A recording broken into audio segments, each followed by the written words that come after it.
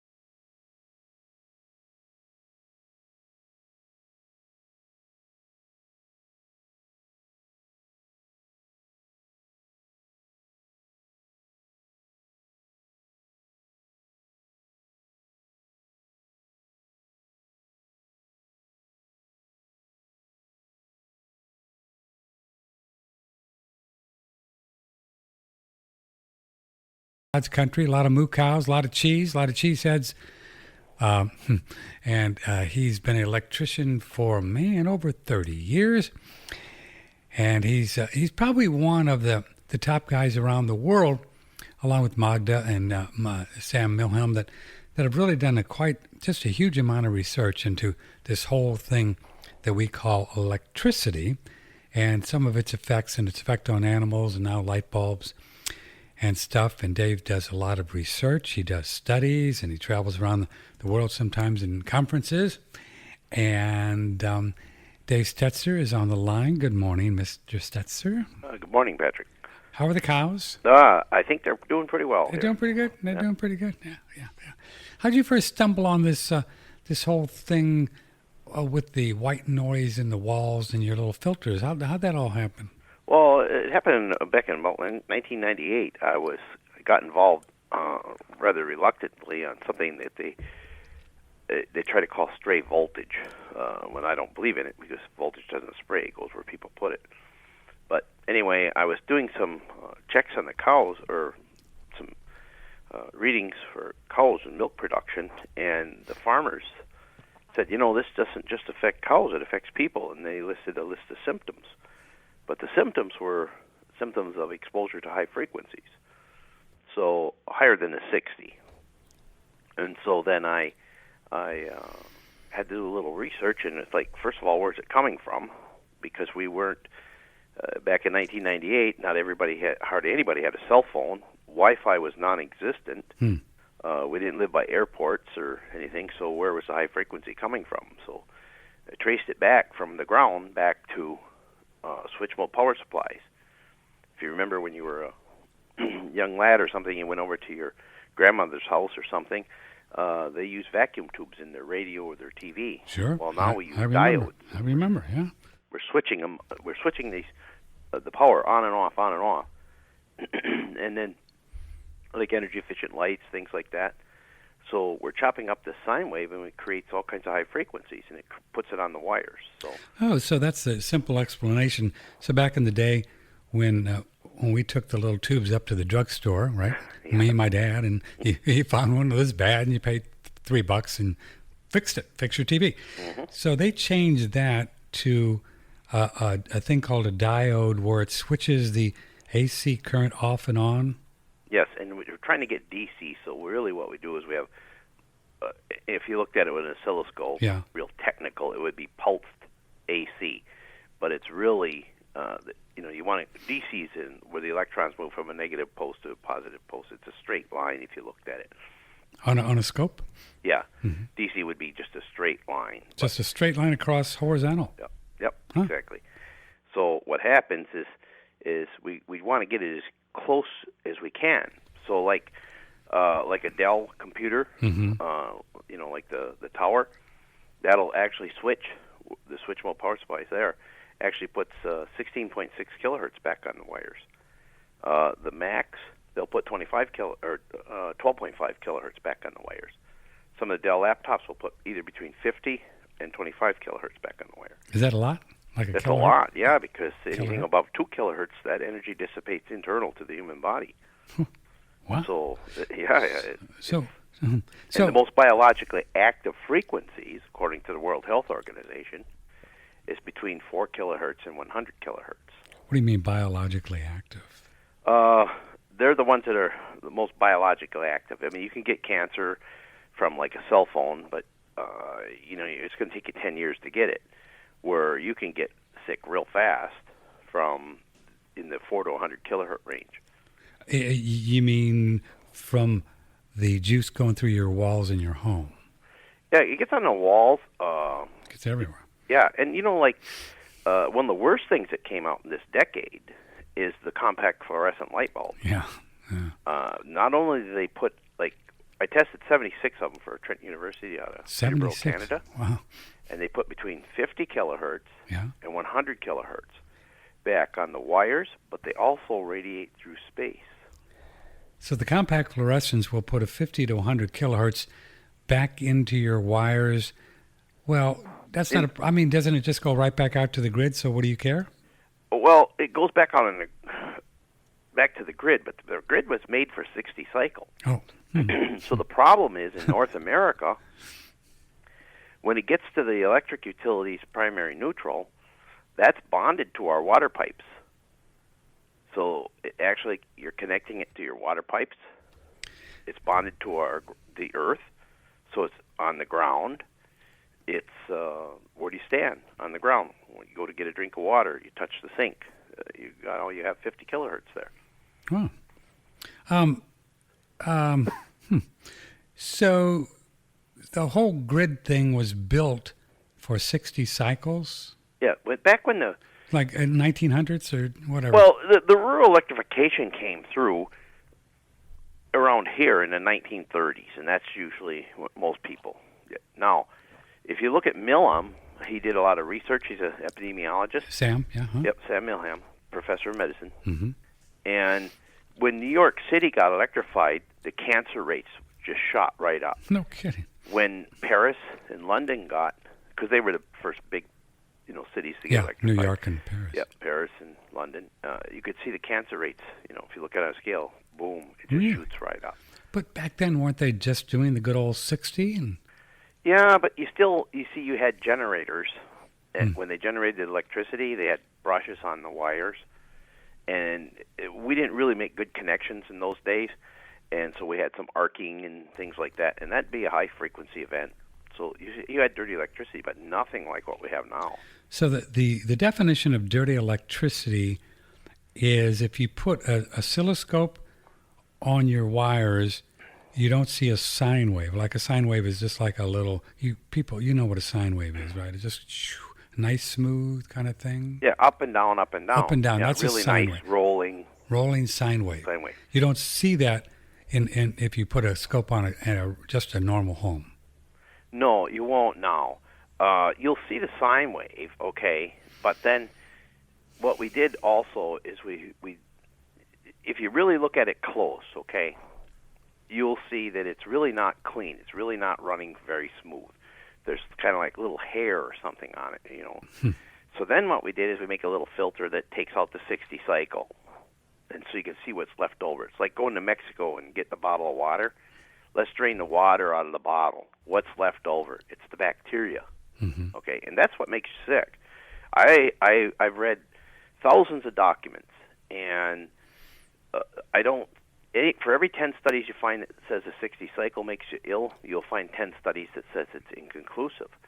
You don't find any studies that says high frequency is inclusive. No. Wasn't it at the beginning Tesla and Edison And didn't one of them have a 50 cycle that is healthier? Well, or was that just internet rumors? No. Well, they were arguing between Tesla and Edison about DC versus AC. Right. But you can shove AC farther because you can go with transformers and things. But the 50 versus 60, Europe went with 50 because 60 is closer to a human heartbeat, and it can give your heart like a hiccup. Oh. So that's why Europe went with 50 cycle. They thought it was safer than 60. Oh, I see. That wasn't. So Tesla, was he a proponent of DC? Edison wanted AC, and Tesla wanted DC. Yeah. I see. And Edison won because somehow, what was the story? Rockefeller or somebody got behind him and did the whole deal? Well, I think really what happened was somebody was condemned to die, and they put him in an electric chair, and they used the DC. And then they said the AC. It took them several attempts to kill him. So they thought, well, if it takes several attempts to kill him, it'll be better. Yeah, it's unfortunate, but that's kind of what happened. I saw a documentary long ago, and it was something about the money, and I don't remember who the big money person was, but there were people stealing things, and it was as all things in planet Earth, it had a kind of a rocky start, I guess you could say that. But Edison's deal won out. Right, and then that's the General. Was that General Electric or Westinghouse was the big one? GE was another one. Yeah, Westinghouse. Yeah, Dave Steltzer's with us, and we're going to kick around a lot of different ideas here this morning. So come in with a question. 888-663-6386. Email Patrick@oneradionetwork.com. Okay, so just on the top, let's go through and talk about the different. Just label the different challenges that we face here on planet Earth, and then.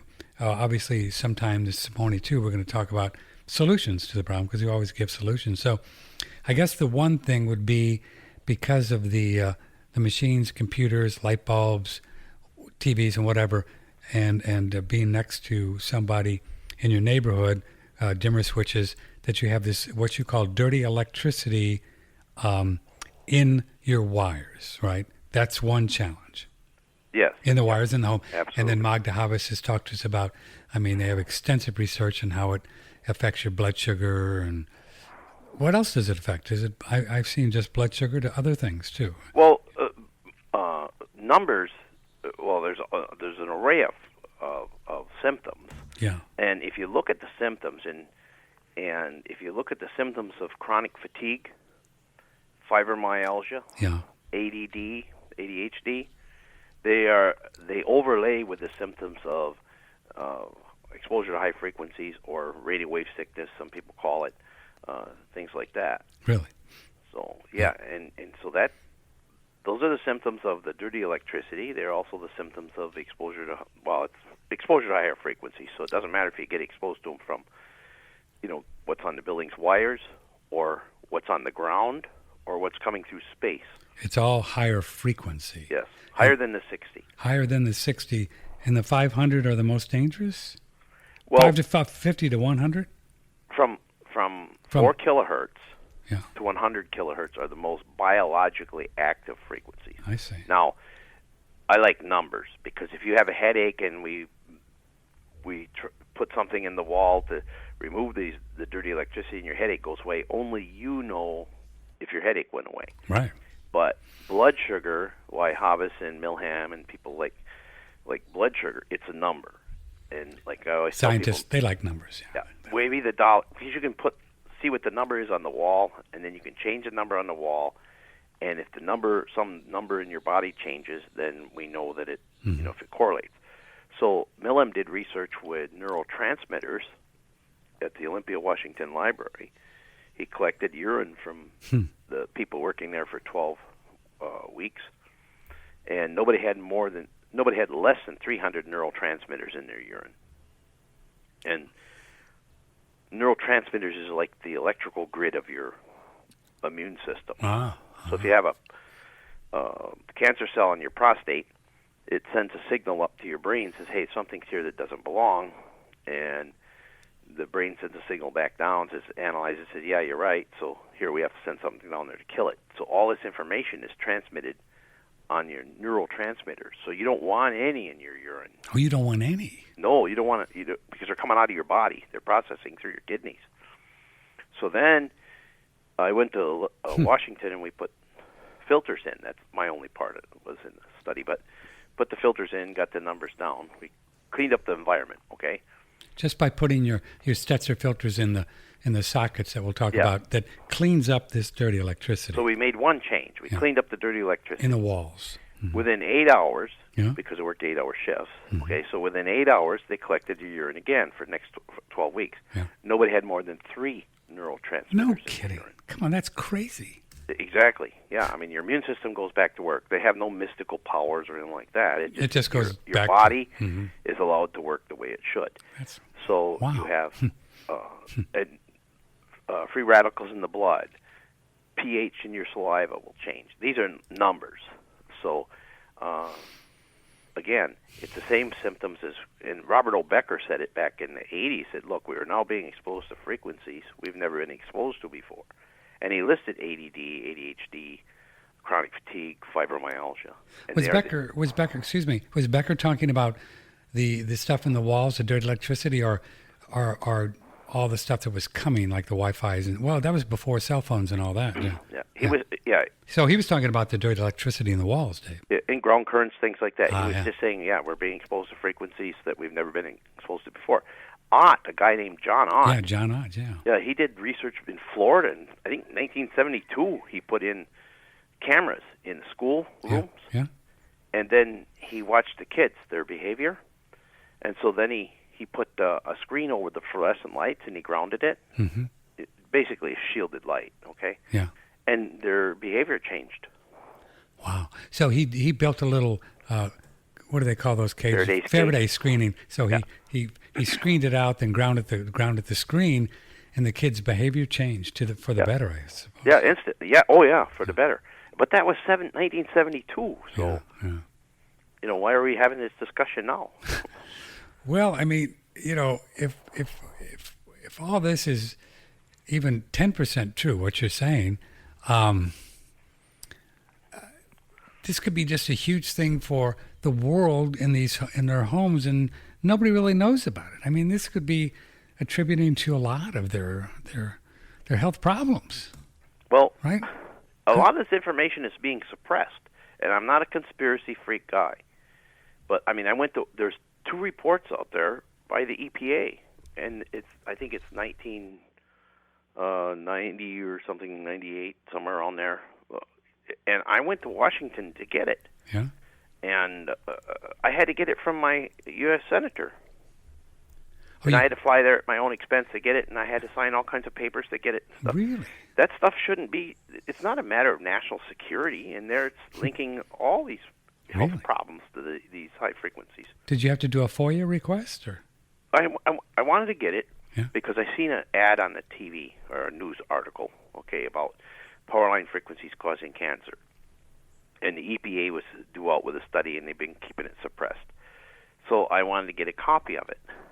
And so I talked to my U.S. Senator, because they wouldn't give it to me. The EPA wouldn't give it to me. So I asked my U.S. Senator's office to get it for me.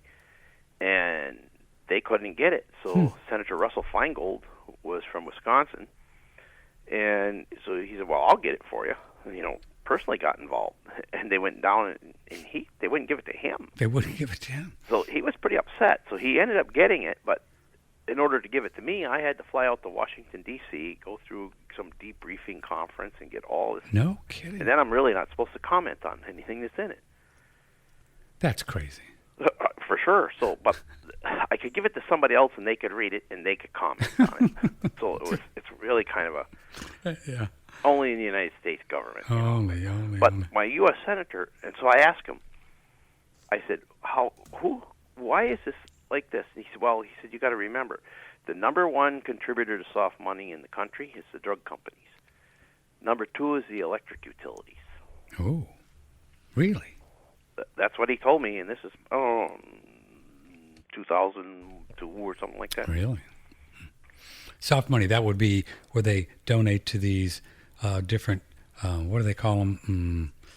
Lobbyist groups. These lobbyist groups, or they can do they'll do something for Hillary or Trump that you don't know who's putting the money in, right? Yeah, I spend a lot of time in Russia and Eastern Bloc countries in doing research, and there they call it a bribe.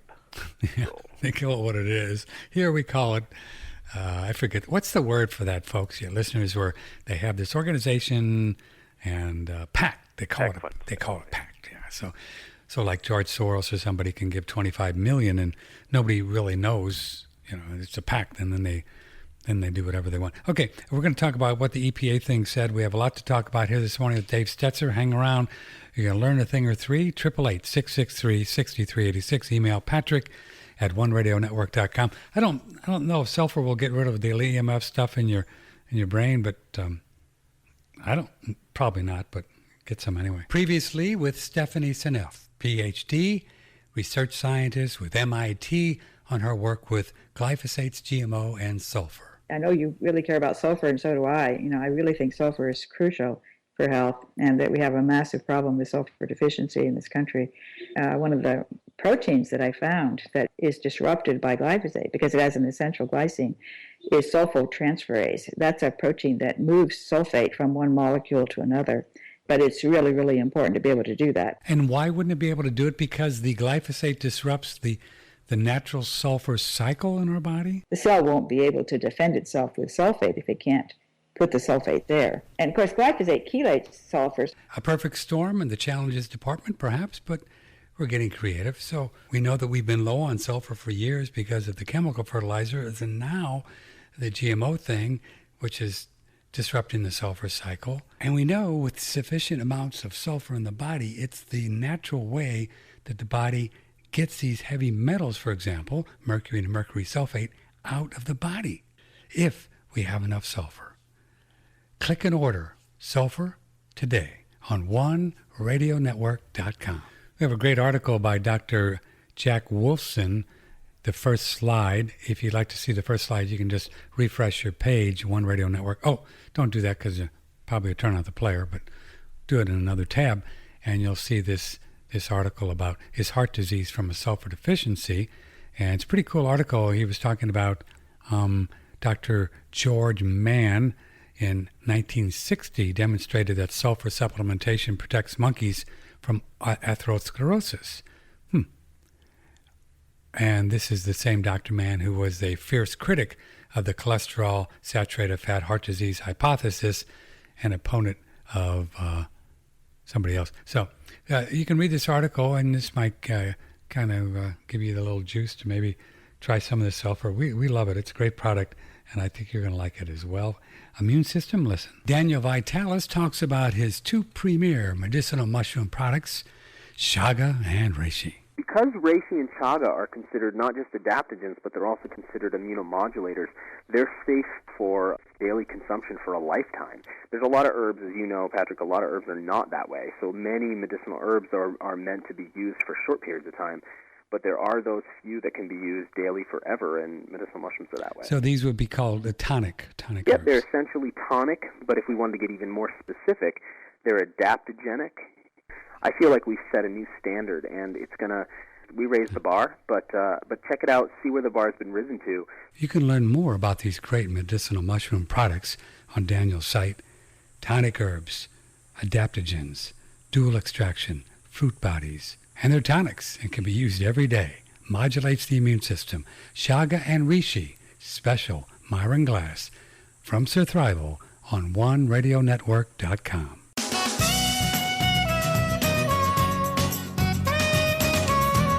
Broadcasting live, weekday mornings, this is listener-supported One Radio Network.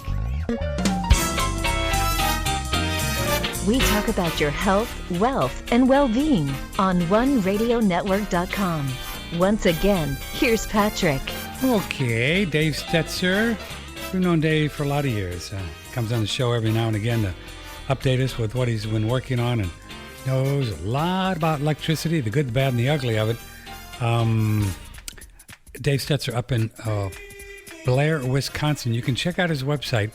It is SteltzerElectric.com, and we're going to be telling you how these Steltzer filters work and how he came up with these, and how you can measure your dirty electricity just by plugging a little thing in, the Steltzer meter.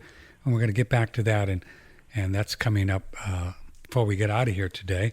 So so you stay there, SteltzerElectric.com. Let's get into, and then we'll come back to that. Let's get into this idea of stray voltage. You said, tell folks what's going on with the electrical utility people, probably around the world, but let's just talk about the United States. What you say they're doing something that's just not right? Well, it's like I use an analogy of a sewage plant, okay? So if you have 10 people, 10 couples, for example, and 5 houses on each side of the street, and they have a 4-inch pipe that goes out into their 10-inch pipe into the sewage main in the street, and the main plug, and then 10 people have, and everything's working fine, okay? Then 10 people have 10 kids, then we're washing our clothes more, flushing our toilet more, things like that. So if that 10-inch pipe plugs up out there, you have sewage bubbling back up in your basement. And you can put a pressure gauge on it, and you can see how much pressure it is, okay? Mm-hmm. Well, what happens then, the way to fix that is that you can dig up the street and put in a bigger pipe. You can dig up the street, or you can put in another pipe, and the pressure will go down. The sewage will flow again. Or you can dig up the street and drill holes in the pipe. But when you drill holes in the pipe, the pressure will go down, but you have sewage uncontrolled running over the ground, right? Okay. Okay, well, it's the same with the electrical grid. If you go drive down the road, you look up, you see 3 wires on top, and you see this bottom wire, this neutral wire. Mm-hmm. There's 2 formulas. The Institute of Electrical and Electronic Engineers, 2 mathematical formulas, okay? One is for what we call linear loads, and one's for nonlinear loads. Linear loads are light bulbs, motors, what the grid was made for, heaters, things like that. Mm-hmm. Nonlinear loads are electronic loads. So when the sine wave goes in, it looks nice going in, it looks nice when it's coming out. That's a linear load. Electric heater, a motor, or something like that. But when we have switch mode power supplies, electronic loads, it looks okay going in, but then it looks crappy coming out, see? So we have a lot of high frequencies on it. Well, that bottom wire is supposed to take the current back to the substation after it's come through, run your computer, things like that. Goes back. Yeah, it's like the sewage pipe, taking the water that you've flushed, got from the water tower, it's taking it back to the sewage treatment. You mean we're just using electricity and goes back and we pay for that? Well, it comes from the substation, okay? Yeah. Well, actually, if you go way back, it comes from the generator, but you're getting it like from a substation, okay? Okay. So it comes through, goes through a transformer out on your pole, comes through into your house, lights your light bulb, runs your TV, cooks your food, whatever, and then the electrons have to go back to where they came from. Mm-hmm. Kirchhoff's law, you can't change it. For every electron that leaves a node, one has to return. So the node is the substation. So what happens is the current, when it goes back, when we have nonlinear loads, we actually end up with twice as much current going back. It's 1.73 times the highest phase conductor, which that's actual, if you went up and looked up an engineering book. But that's at absolute zero and in a vacuum, so we're really not at absolute zero and in a vacuum, so you got to figure about 200%, okay? Well, they don't double the size of the wire. So in 1972, when we had this oil embargo, we started using current in a different manner.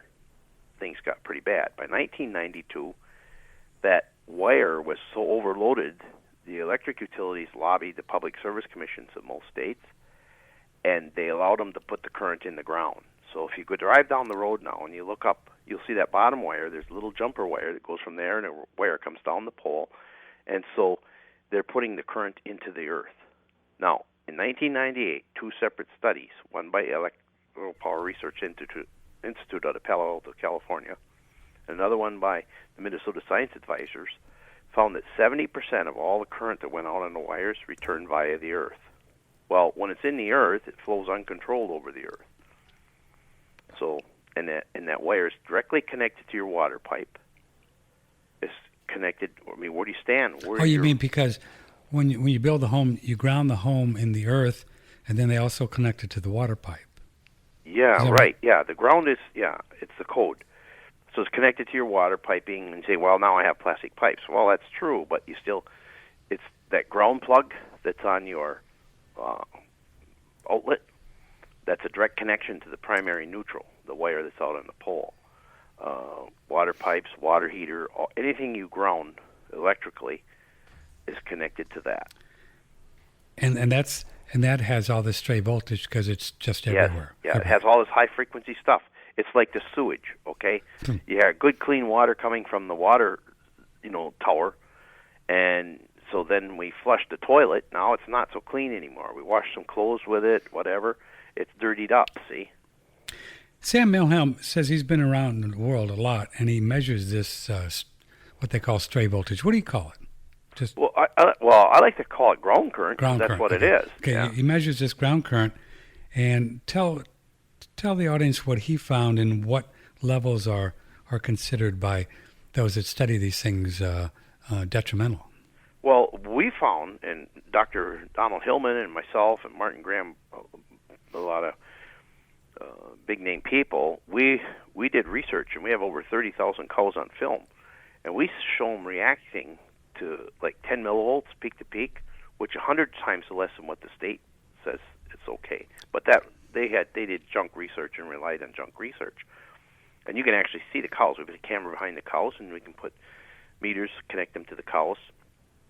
And so when the cow gets a transient, a little spike, just 10 millivolts peak to peak, and the cow will lift her leg, breaking the circuit. Now, the National Institute of Health and Environmental Sciences have done research on contact current. That would be like the reading between your sink and the floor. Mm-hmm. And they're saying that 18 microamps is associated with cancer in numerous well-programmed studies. Not one, but numerous well-programmed studies. 18 microamps. Yeah, and so to put that into terms, if you got to go down to the Radio Shack and you buy a little voltmeter, if you got more than 9 millivolts between the sink and the floor, that calculates to 18 microamps. Okay. So you say the 10 millivolts in ground current is detrimental to health, and then how much does Sam and you guys find anywhere where you go and you check the ground current? Oh, hundreds of times more than that. Hundreds of times more. Yeah. Mm-hmm. Like 300-400 millivolts? Oh, in some cases, yeah, sure. Mm-hmm. Really? Cows, we've written several scientific papers on cows and published in peer-reviewed journals. Yeah. And we can take that. There's some charts you can put this. The data doesn't lie. Mathematics is a proven science. And if you look at these plots, we can measure the cows. What we did is we put 2 plates on the barn floor and we measure the electrical activity. We keep track of it. And then we draw a line every day at what time the farmer's done milking. Then we look at the daily milk production, and we plot those numbers against the daily milk production. And there's usually a 96.5% correlation between daily milk production and the electrical activity on the barn floor. But if you put this on a scatter graph, okay, anything above 60 millivolts, you find no more high-producing days. They classify these as high-producing days? Well, medium if you look at the cow's milk production, yeah. Okay, and you put it on a scatter graph, so some days she's milking 80 pounds, some days 70-some pounds, mm-hmm. Something like that. Mm-hmm. They go all over. But if you when it gets above 60 millivolts, she doesn't produce, she never comes up to one of those highest days again. What range does she get in there? She'll drop way down, and she'll stay down there then. Like 30, 40, or what? Oh, no, she'll go, well, depends on the farm, yeah. There's people that can't get more than 35, 40 pounds of milk. Because they got a lot more, yeah. Wow. The lower you get it, the more milk you get. Isn't that amazing? So yeah, and we can make these graphs. We got them for not just like 2 months or 3 months. We got them for like years on some farms. And when you work with farmers, what do you do? How do you remedy that thing? Or do you? Well, years ago, okay, it was mainly an off-farm problem. It was the utility had a poor primary neutral return. In other words, that wire wasn't big enough to take the current out of the farm. So the voltage, the stuff stayed on the farm and got off there. And we still have that problem. So that remedy is just to put up a bigger neutral wire. And some utilities have done it. Have they? Yeah, oh yes, and like one guy in Minnesota, he was getting like 62 pounds of milk from his cows, and they put up a bigger neutral wire. It took them 4 days. They tested milk on the 26th of December, and they put up the new line. It took them 4 days to increase in neutral, and he went from 62 pounds of milk to 96 pounds of milk on his high-producing group. Really? In less than 30 days. That's a lot of money, especially when you're milking 500 or 600 cows. Not to even think about it. I mean, you could. I don't know how you'd ever quantify this, but the quality of the milk or the health of the cows, or who knows what's going on. Well, you can quantify it because there's something called somatic cell count. That's the bacteria in the milk, and yes, the cell count goes way down because the cow releases all her milk. When she releases all her milk, you have a comfortable cow, a good, healthy cow. But if she's getting shocked or under stress when she's milking, she holds some of that milk back. Well, it actually starts to rot. You get infection in there. So they measure it with somatic cell count. So we'll get back to the cows. So this ground current it's just everywhere. Everywhere in North America, yes. That you guys have ever measured. Mm-hmm. And what's the average? What kind of numbers do you see when you just go out in the woods or something and get out in the middle? You'll still see a distorted 60-cycle sine wave out in the woods. But what's the millivolt reading? It'll vary depending on the ground and where you're at. Yeah. Yeah, and the soil conditions, things like that, yes. What kind of readings have you seen? Oh, we've seen 50, 60 millivolts, 100 millivolts. So, has Sam gone out way in the boonies, like in the middle of the jungle or something? He's been out, yeah. Does that matter? He has, out jungle, but he's been certainly up in the mountains, and he lives in Washington State. He gets it all. Of course, the soil's very conductive, and a lot of wet rain there. But yeah, I've been to his house. So when we're just out walking around our bare feet, which is theoretically good for us, we're getting some mojo that we don't want to Joe the Mo. Yeah, if you stand too long. Stand too long. Well, if you lift one foot and you're walking, then you have a broken circuit. Yeah, you have a broken. That's why you see the cows lifting their feet. Yeah, it breaks the circuit. The nice part about people, we can lift one foot. Yeah. But the cow, she can't lift all 4 or 3. Well, she can lift one at a time. She'd have to lift 3 feet up, balance on one. But I do have them on film where they're balancing on 2. No kidding. Yeah, sure. They actually get on 2? How do they do that? Oh, you mean catty corner? Because there's so much pain, and I got the electrical activity. I'm measuring the voltage on the cow at the same time, see? And I got a camera behind her, and she actually, if you slow it down in slow motion, she balances right on 2 feet. 888-663-6386. Email Patrick at oneradionetwork.com. So that way, that's a good segue right into grounding technology. As you know, Clint Ober, I think he was the man, what was it, 10 years ago, 20 years ago, 15 years ago? He came out, wrote a book, and started selling grounding technology, little mats and sheets and stuff like that. The idea would be that if you're grounded to the earth, then you're protected from a lot of electrical stuff, right? Isn't that the theory? Or what was the theory? What's the theory? And you can discharge, and you're grounding, but the ground isn't at zero potential.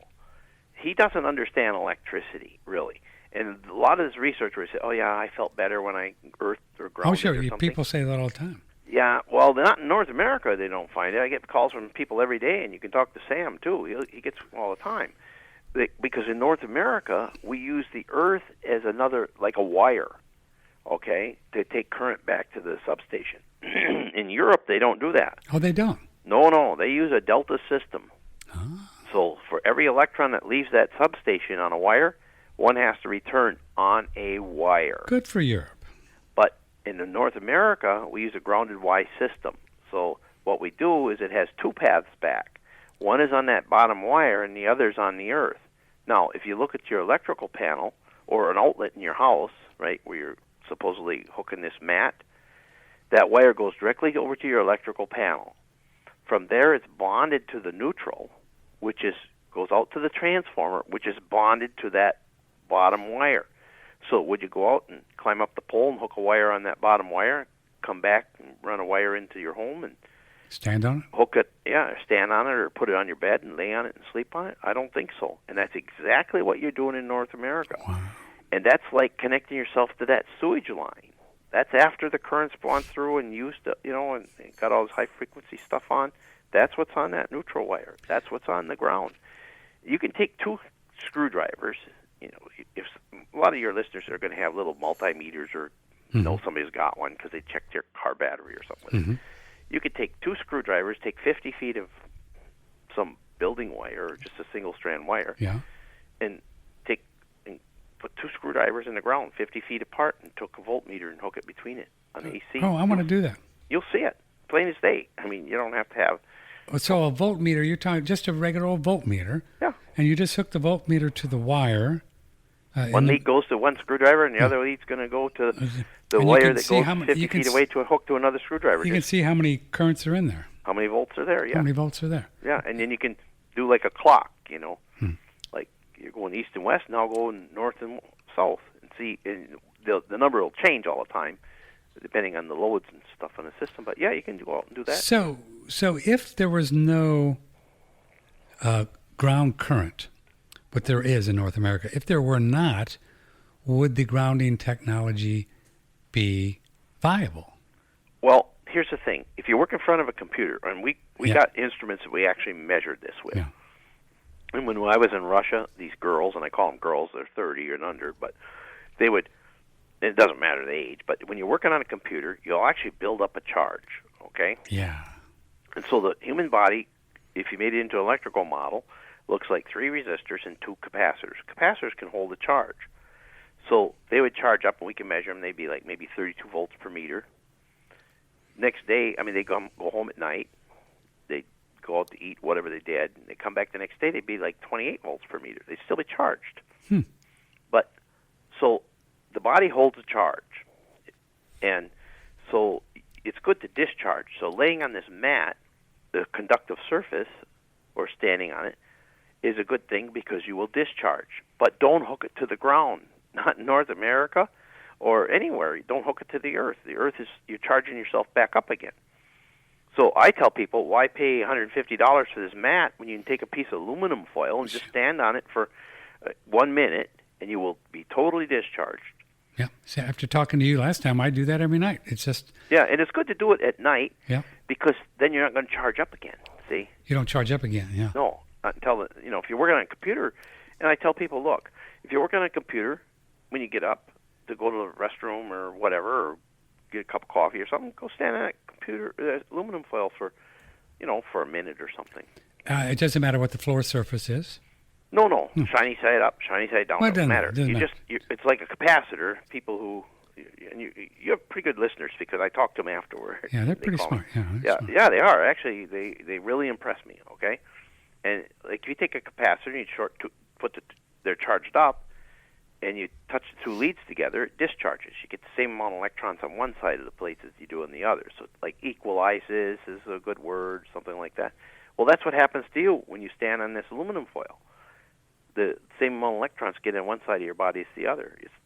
Your legs are like the leads, and you stand on this, and you can use stocking feet. It doesn't matter. But again, though, I want to make sure that I understand. If there were no voltage, the grounding thing may be okay. If there's no ground. Yeah, voltage. but you don't need the ground. But you don't need the ground. You don't need the ground. All you need to do is short your 2 legs together, or the. I see. Okay. Oh. Okay. So forget it. The mat. If you want to pay $150 for the mat, fine, but don't connect it to the ground. So sleep on the mat. But aluminum foil, I can go down to Walmart here, and I can buy a lifetime supply of aluminum foil for $20. Yeah. So is there a difference between folks that are grounding these little grounding things in their wall with using the third, the little third thing, or actually to a ground outside? Not much. No. Not much. I've done a lot of research on that. It just doesn't matter. The ground plug in your house is probably worse. Yeah. Because it's kind of tied in with the grid. It goes exactly a wired connection all the way right to the power line, right out to the grid. Okay, this is a curious thing. We're gonna ask Dave next about body voltage, and you can go on YouTube and just YouTube check your body voltage, and you'll see hundreds and we're going to talk to him about this. This is pretty interesting too. Previously with Peter Ragnar, who's a great example of staying young and healthy, we asked him what kinds of things he takes. Personally, for myself, I look at all of the supplements that help bolster and harmonize my hormones.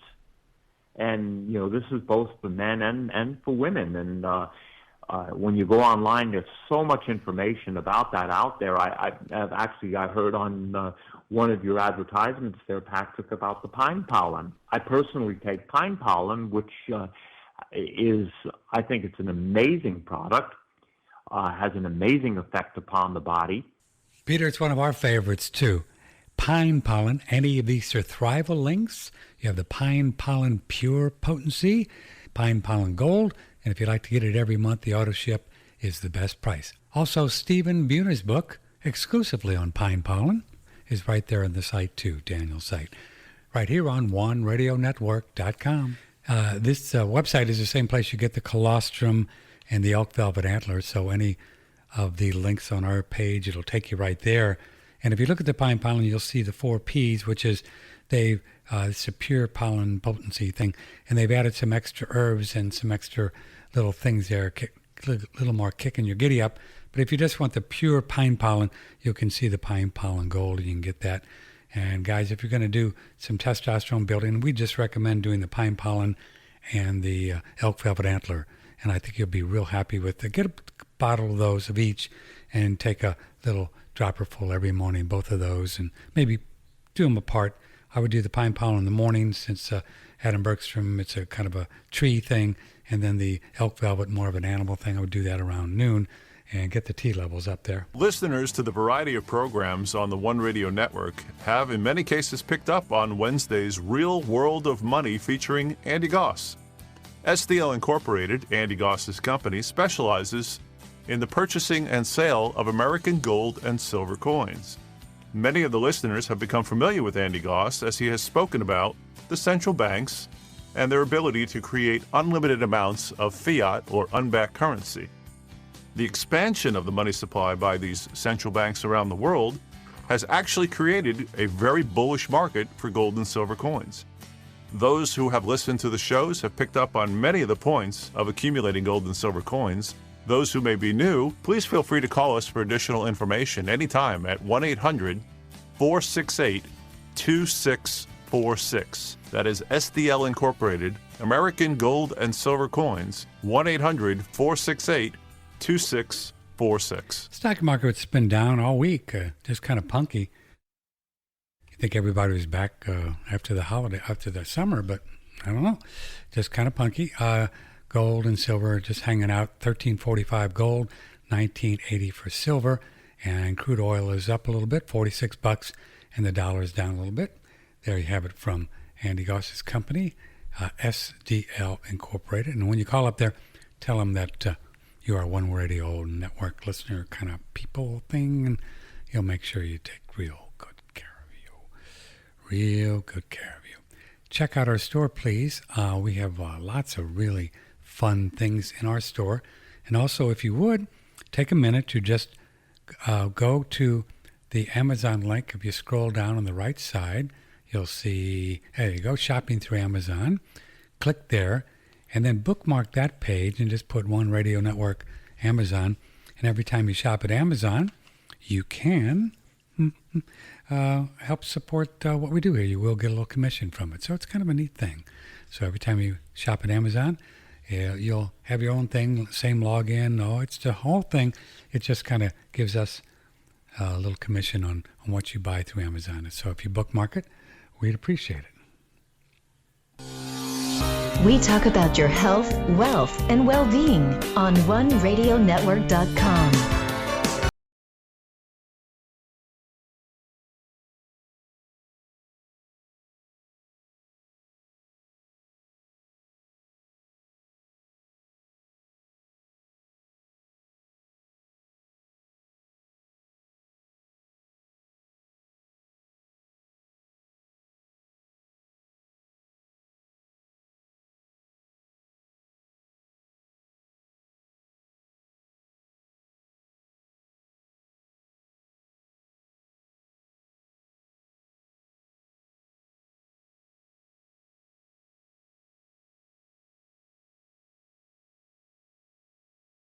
The first person I saw do this was David Wolf, who's a kind of one of the all-time most popular raw food vegan guys, and written 120 books. And I always thought he's kind of on it. And I years ago he did a little video where he would take a voltage meter, right?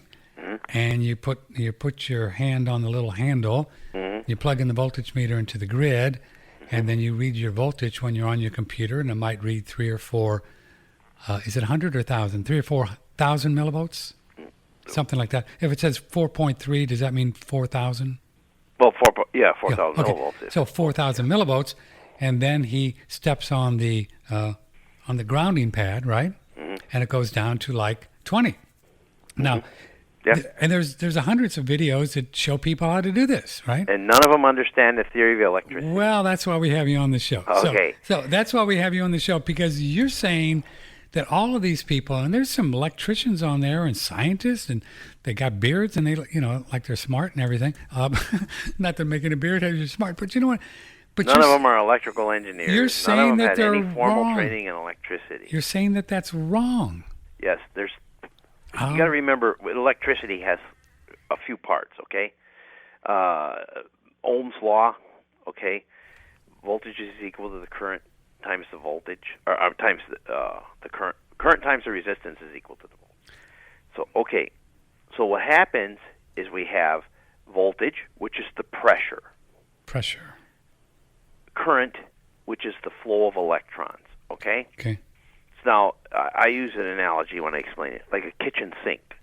Let's just go to the faucet, and we put a pressure gauge on the other side of that faucet, okay?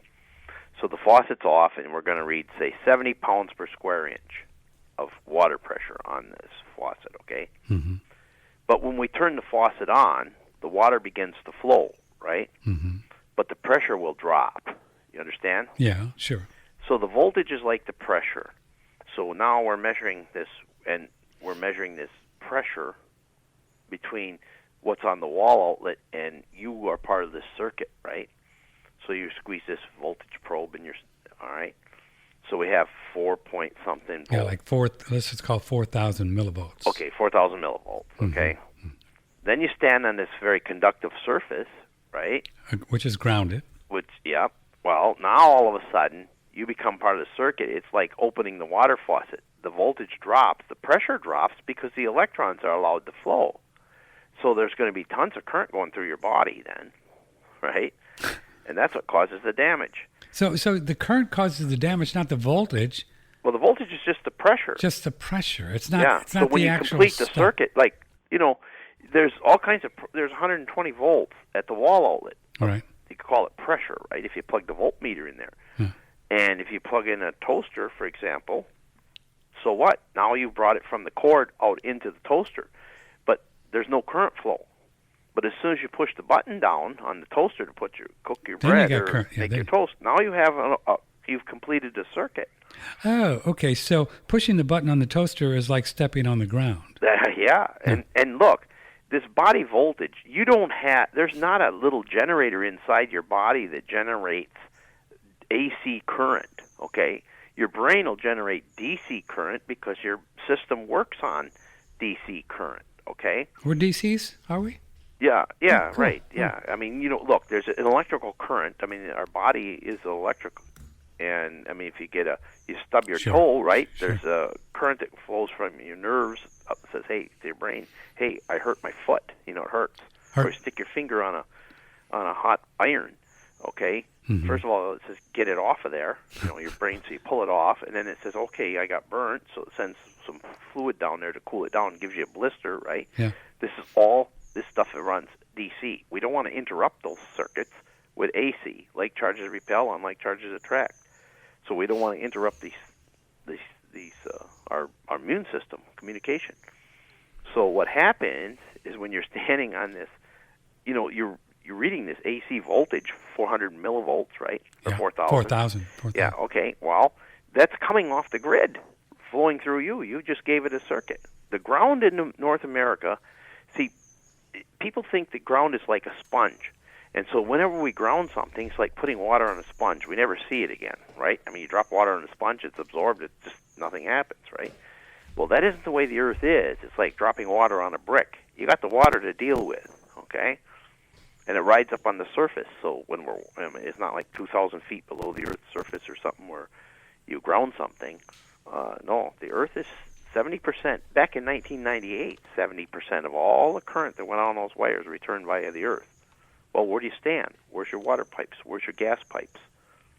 This infrastructure's, in the Earth. Okay, so I've got my voltmeter in my hands right now, okay? Sitting at my studio, feet on the floor, wood floor, and I'm not touching anything except the voltmeter. And I've got 5,000 millivolts, okay? So what is that telling me there? It means that if I took 3 resistors and 2 capacitors, and I hooked it to that wire that's coming from where you got that plugged into the ground, and then I put it on a plate or something on the floor, like to simulate your feet, I would get the same thing. Yeah, but your body is not generating AC voltage. Now, is there a voltage potential there? The answer is yes, because there's voltage on that wire, that ground wire. There's voltage.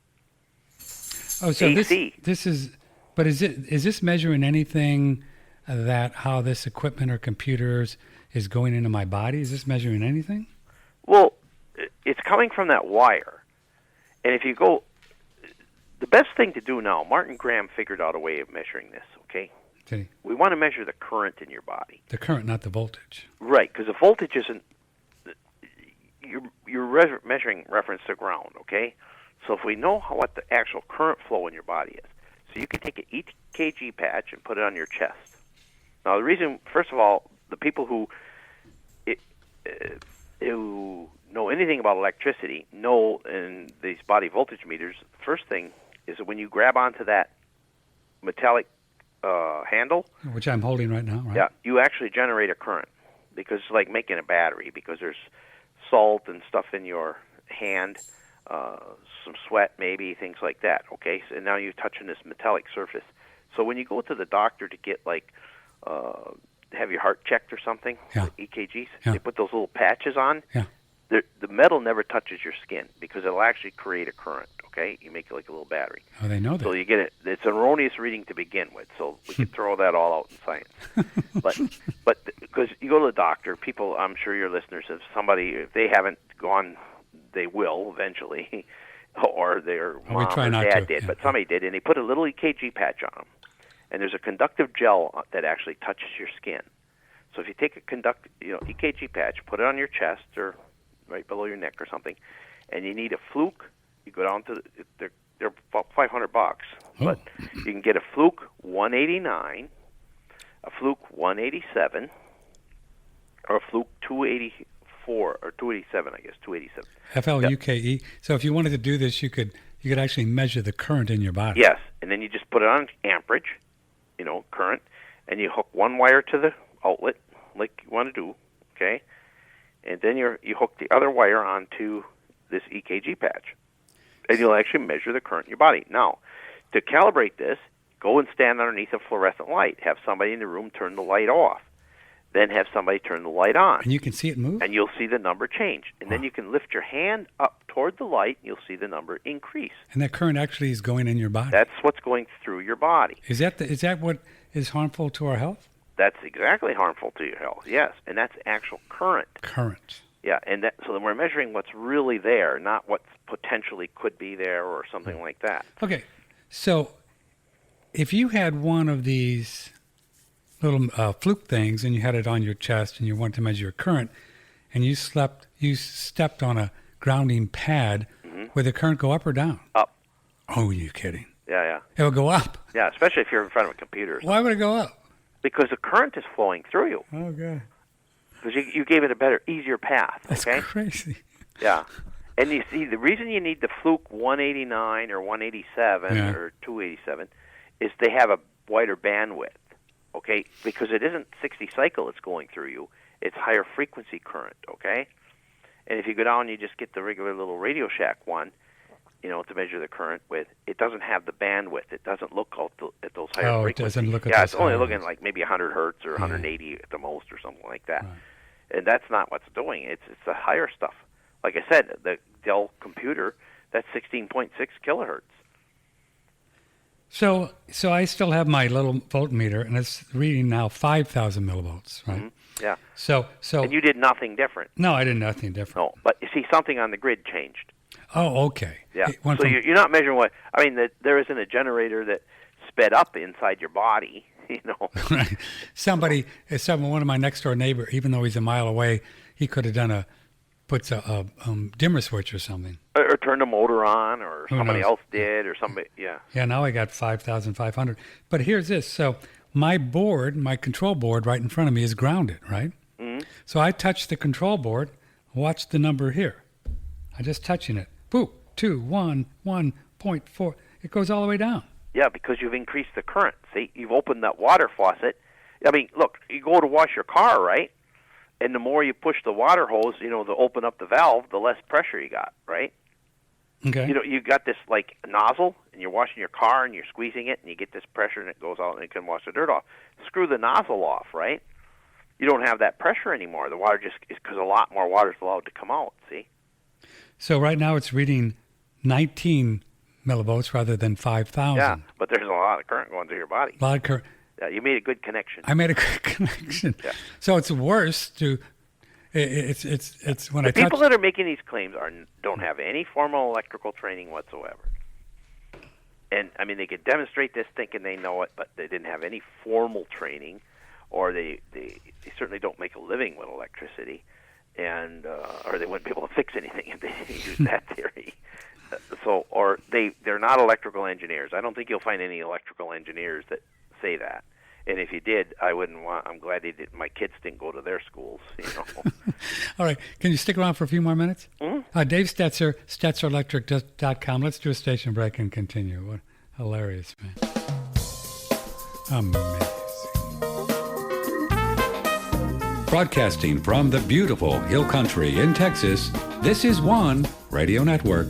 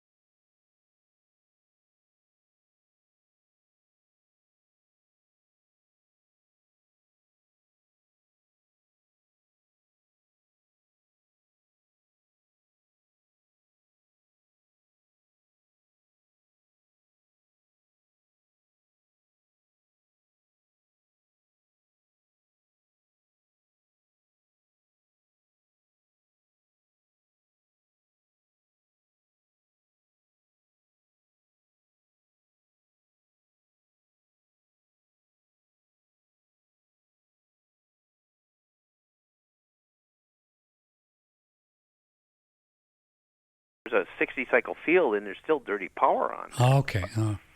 But also, you can say, well, yeah, but my voltage drops. But you got to remember, if you have a light bulb on, the current comes in, goes through a light bulb, runs the light or an electric clock or something, then that current goes back out on your neutral wire. Mm-hmm. It comes in the black, goes through your breaker, blah, blah, okay? Comes right to the light bulb.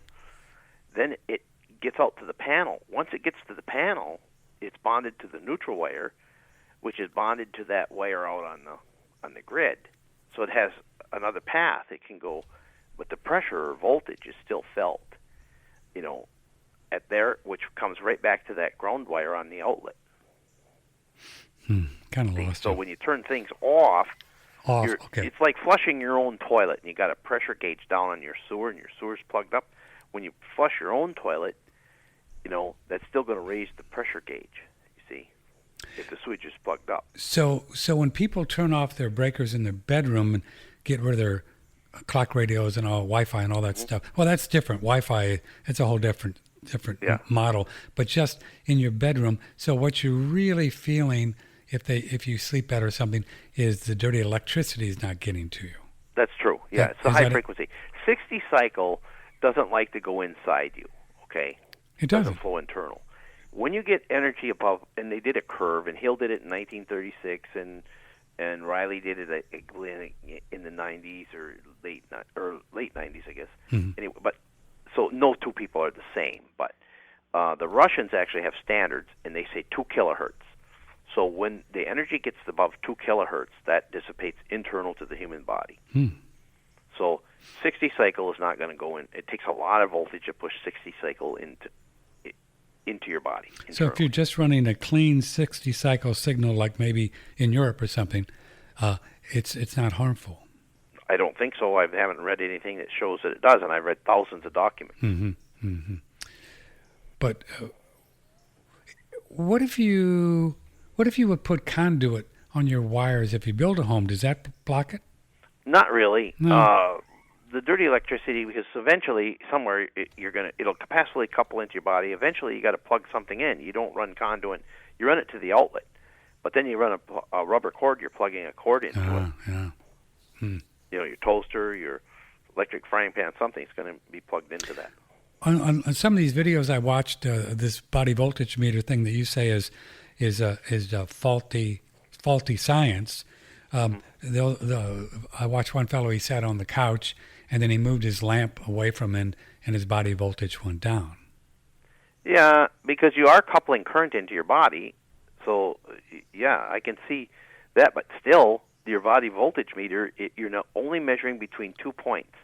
And the ground wire, it's not like a sponge, like your reference rod or something. See, people are thinking that the ground is at zero potential. And so then we can measure what's coming through us in reference to the ground. But really, it's coming from the ground. From the ground, and the ground is loaded. Yes.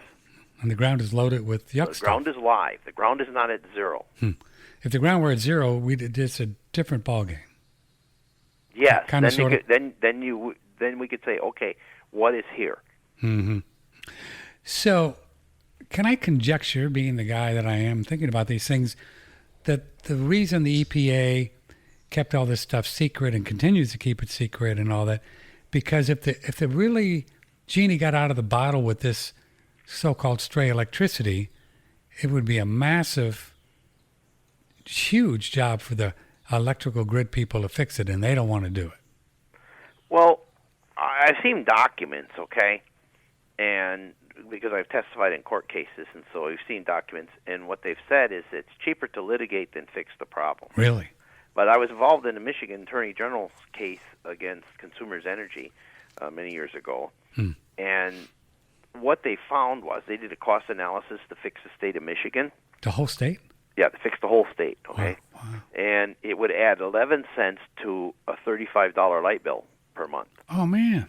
Yeah, so... Do that. 11 cents. Now, nobody has a $35 light bill.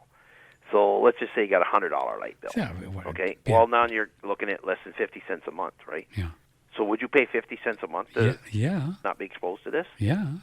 Would you pay $5 a month? Yeah. Of course. Who wouldn't? Yeah. And the EPA, it was suppressed by utility lobbyists.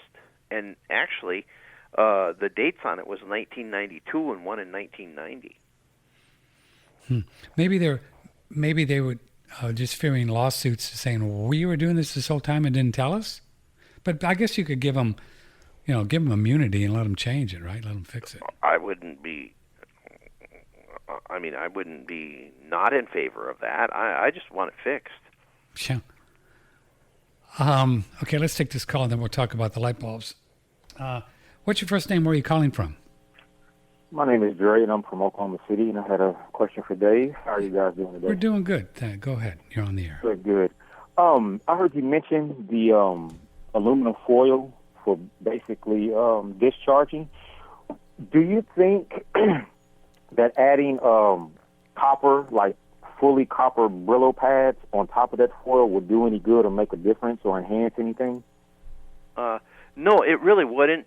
The reason I said aluminum foil is, it's cheap, first of all. But I know a guy that uses stainless steel. If you're really rich and you can, got a lot of money, you can buy stainless steel. You don't want to. You just want something that's very conductive. Copper will do it, but the only thing with copper, it oxidizes. And same way with steel or anything like that, a lot of stuff oxidizes over time. But you're saying it's not going to matter anyway. It's all the same effect. Yes, yeah. Exactly. Yeah. So you could put the Brillo pads on to help you, but it wouldn't make it any more conductive. It did. Yeah. Oh, okay. The reason I asked, because the first introduction I heard about the aluminum foil was a guy that mentioned use the foil and then place on top of the foil copper Brillo pads and then stand on them, or place your feet on both of those. And I just was curious if there was any kind of difference or enhancement. No, he's saying putting the copper on top of the aluminum foil. He's saying there's not any difference. No, not really. So okay. Just people make stuff up, Now, I've heard that they used to make, they don't make anymore, and it's probably really hard to find, but they used to make stainless steel window screen. Is that true? And if so, would that be a good source to use as far as discharging? Sure. Okay. Okay. And a thought came across my mind.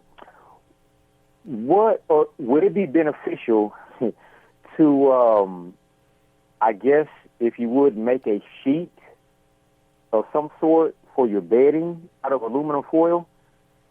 Would that do any good or help anything if you cover it, I guess, with say make a padding with the aluminum foil, then I guess put your bedding on top of that? Would that do any good or serve any purpose as far as discharging or even blocking some type of EMF? Well, it wouldn't block it, but it would discharge you, sure. But there's no reason to, because if you're totally discharged by standing on it for less than a minute before you get into bed, why sleep on this crunchy little... Yeah. He's saying, caller, that once you discharge, and then just jump in bed. Unless you have some means of charging up during the night. Here's my second part to that was I've also heard and read that the metal coils in your box springs kind of I guess link you back to the grid or to the some kind of circuitry or something to that effect. So that's why I was asking that. That was going to be my second part. Yeah, that's a good question. Does the metal, like the frame or the coils, can affect the body? They can, sure. If you have if you're in a very polluted environment, I see. If you're getting a lot of juice, act like little inductors. Sure. Absolutely. Yeah. And so in that case, by laying some sort of conductive flat surface over them, like he's suggesting, would help. But why don't you just clean up the environment, and then you don't have to worry about that. Just get rid of the coil. Well, I'm in the city. In most cities, it's kind of like there's no escape unless you go to the suburbs. Really. So I'm just trying to figure out, as of now, the best way to try to cut down, reduce, and negate this battle that we're in. But, yeah, I'm in the city, so there's no escaping unless leaving the city. It's pollution everywhere. Yep. So I'm just trying to figure out little nuggets and tips to kind of negate and reduce as much EMF as I possibly can. So, okay, because they're selling, I'm sure that along with the plug-in pads, they're also selling plug-in bedding. Sure. That's supposedly to discharge as well. Well, if you get the bedding, but don't plug it in.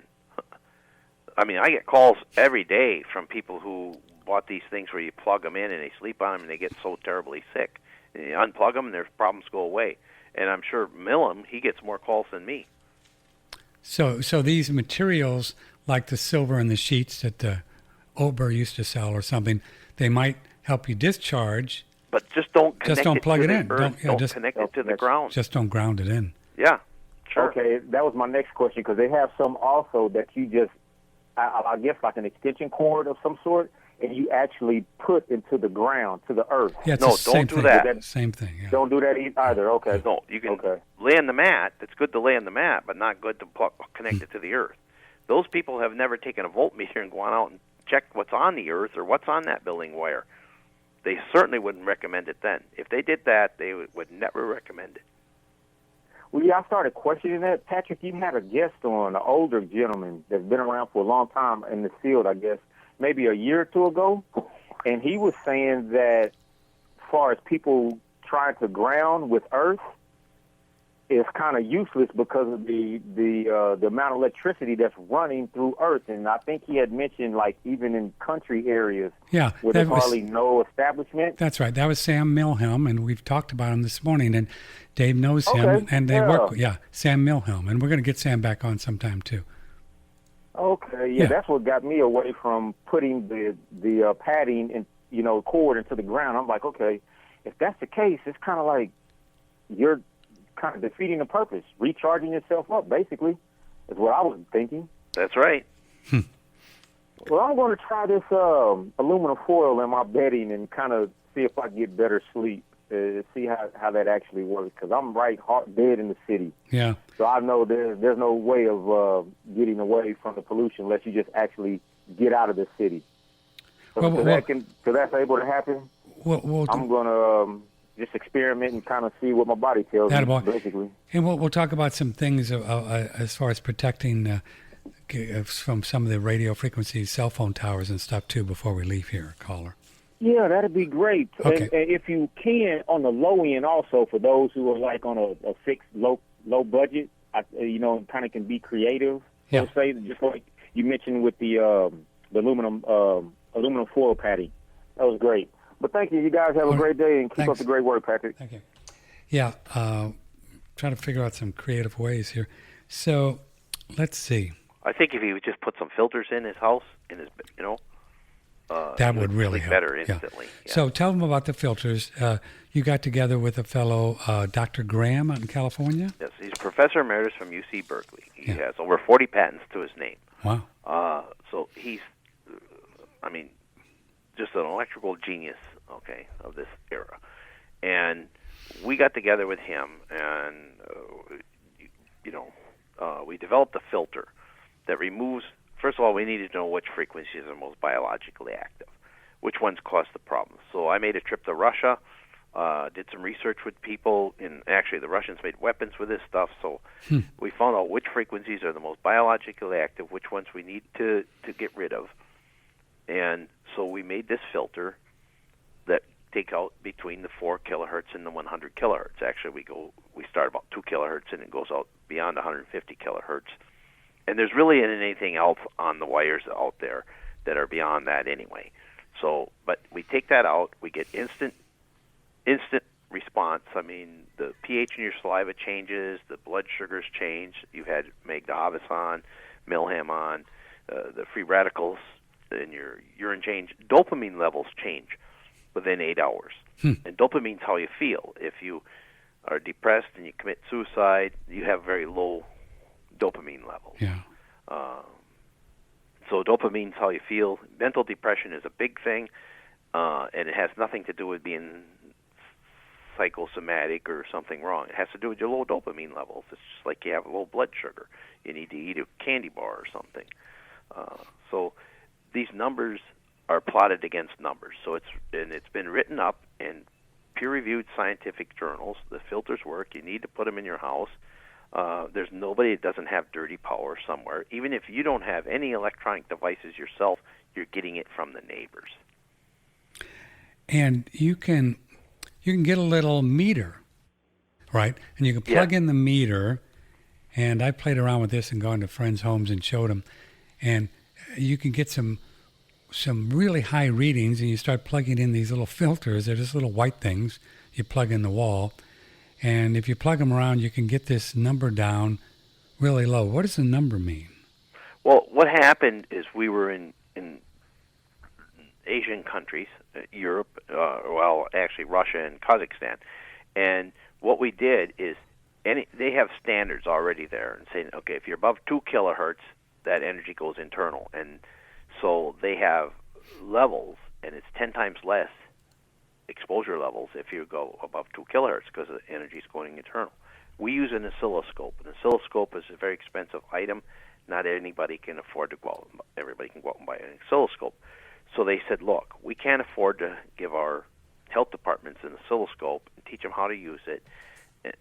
So can you make us a meter that will measure the energy that's on that building's wire? The high-frequency energy, not the 50 or 60 cycle, just the high-frequency energy between this 4 kilohertz and 100 kilohertz range. I said, well, I can't, but I know Martin Graham probably can. And so we monkeyed around, and we finally come up with this meter, and it correlates with blood sugar, all these things. And the number 50 on the meter means it's probably above 2 kilohertz. So if you plug these filters in, you get it below 50 kilohertz, the energy is, or 50 on the meter, 2 kilohertz, 50 on the meter, then that energy is not going internal, and the results are instant. 20 minutes or so, your blood sugar will change. Asthma, 37 kids had asthma. We put them into school. They never used an inhaler after we put the filters in. Just get it below 50 on the meter. If you're below 50, you're absolutely, totally fine. I mean, all the research shows, that if you're below 50, you're going to be below 2 kilohertz. Hobbs has done research on it. Milham, Dr. Stephen Genesis, professor of medicine in Calgary. All over the world they've done research. Yuri Gregoriev in Moscow. Where they've gone into schools and stuff and put these little filters in and then kind of check the before and after on the kids and health and all kinds of things. Right. Kids got better. Teachers were better mood. Grades went up. All kinds of things. I've had in my home for, how long has it been? Maybe 10 years or so? Oh, yeah, probably. Yeah. And they don't wear out, right? No, they shouldn't. No. It's not like a filter, like a refrigerator filter or a water filter or oil filter where it gets dirty or something. It just merely shorts. It's an electrical device. It just shorts out the high frequencies. Shorts it out. So George is writing in, just right along what we're talking about. He said, I have about 15 of the Steltzer filters in my home to clean up the electricity. How long will they last? Will they age? When do they deteriorate? Will I notice? Every 6 months I test all the circuits in my house just to be sure. Your advice for living with these filters is appreciated. So, yeah, they should. If he thinks one wore out, send it back. We'll give him a new one. But it doesn't wear out. There's no moving parts, nothing like that. The only thing is he can check every 6 months, and it's good that he checks. It really is. I've always said you have the smartest listeners, okay? But when you check it, it doesn't mean that if the number went up, that the filter got weaker or something. What it means is something you bought a new TV or your neighbor bought a new TV or something like that, because stuff changes on the grid. And the other thing that really people got to look out for now is that smart meter. When they, everybody's getting these smart meters put on their house. Yeah. That switch mode power supply, because it transmits through space. Well, in order to transmit, that smart meter switches at 50 kilohertz, that switch mode power supply, so it'll put 50 kilohertz on every wire in your house. Now, the filters will takes the 50 kilohertz out. But even if you don't have a smart meter and your neighbors do, you're still going to have 50 kilohertz on your wires. So that's why the filters work. Filters will take out the 50 kilohertz. You don't have any worries. You got to worry about that. The smart meters that send out the signal through the wire, they're cool, right? They're okay? The smart meter that sends a signal down the wire and sends it back, if you have filters in, you don't have to worry about it, okay? But the smart meters that transmit through space, obviously it comes in the house, so you're going to have to put there's some material you can get to put on one side of it that reflects it back, something like that. The best thing is to opt out. If you can opt out, please opt out. But are they directional, or they just beam them towards? No, they're not. Multi-directional. Yeah. I wonder, does aluminum siding protect? It can help reflect some of it or dampen. Mm-hmm. Because I measured some at a friend's house with aluminum siding, and it was very low, and she was only about, a few hundred yards from a cell phone tower. Of course, cell phone towers sometimes are very directional as well. Yeah. Right. Sometimes they could be beamed the other way, and you think you're close to them, and possibly they wouldn't be hurting you. Well, no. That's kind of a true statement. I mean, the levels could be dampened. I'm sure you're going to get it, but not it might not be as much. Yeah. That you have to use a directional antenna and actually do testing to find out. Mm-hmm. What about folks in the city or just near cell phone towers? Is there anything they can do in their home just to protect themselves? Well, again, you have to go by measurements, and there again, it would be shielding, and that gets to be very expensive, and there's some people out there that are better at doing it than others, and it's, there's some wallpaper you can buy, and there's paint. To a wall. There's paint that you can buy, but none of that seems to really be. I guess I think it's very expensive, and it only dampens it. So it's just something you got to live with or move. Yeah, I don't like to see it go up in the first place, but. Yeah, what's a safe reading if you get one of those RF meters? Well, the Russians say you shouldn't be over 10 microwatts per centimeter squared. 10 and they microwatts. Okay, the safe level is 0. I have to go by Dr. Neil Cherry on that Cherry report. He said the safe level is 0. Now, the Russians say there may be an acceptable level, okay? And so I don't like to see it over 10. 10 microwatts centimeters squared. Yeah. That's the setting you put it on. Yeah, right, yeah. Wow, yeah, I've taken mine in the car, and you can just have it on in your front seat, right? And boy, you get near a cell phone tower, and that puppy starts going.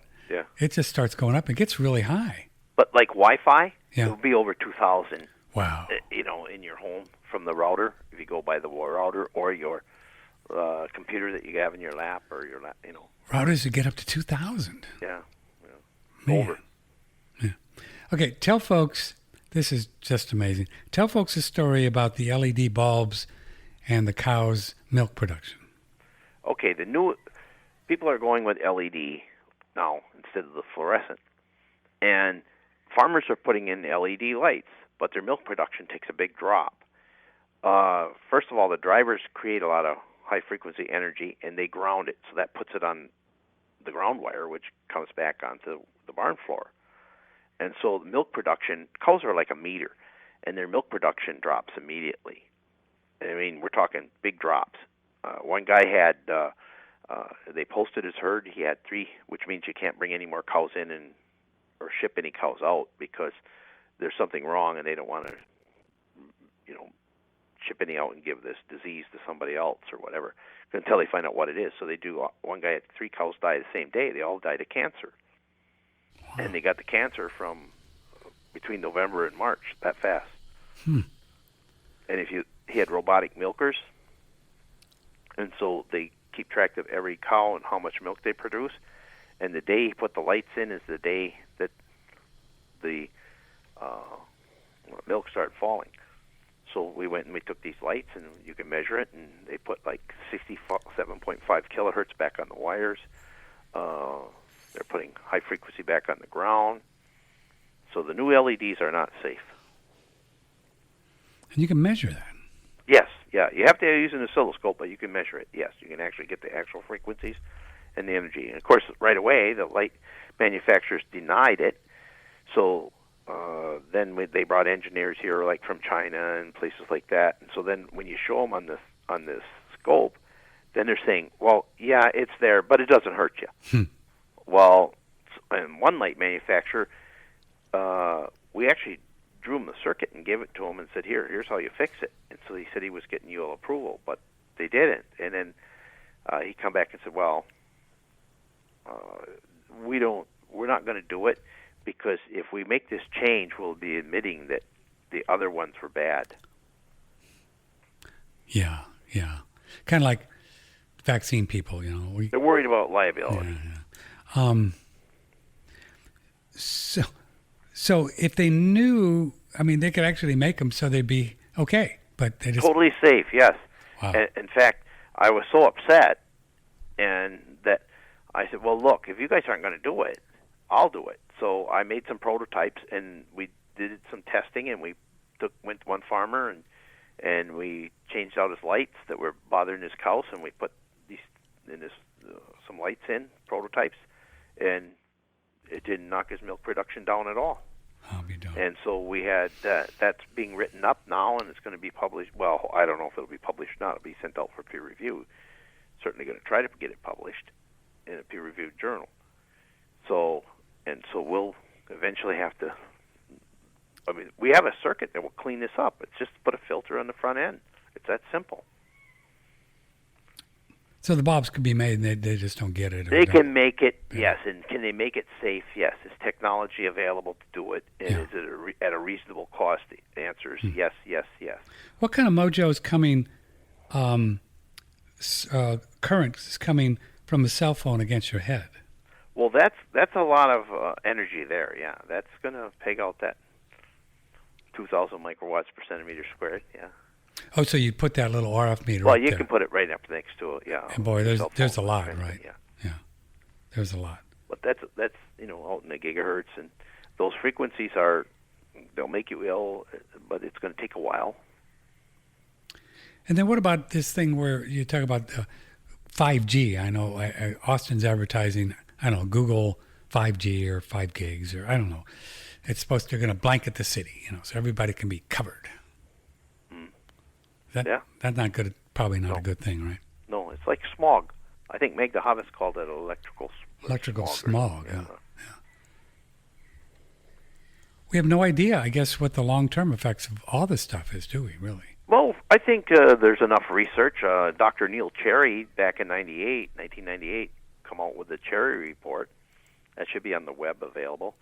And Dr. Neil Cherry from Lincoln University out of Australia, he was commissioned by the European Parliament to do a review of the literature. I mean, he didn't write any new papers or anything like that. He just picked up the published peer-reviewed literature in journals.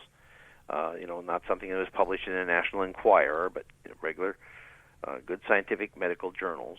And he came up with, it's compiled a report. I bet you it's 3 inches thick.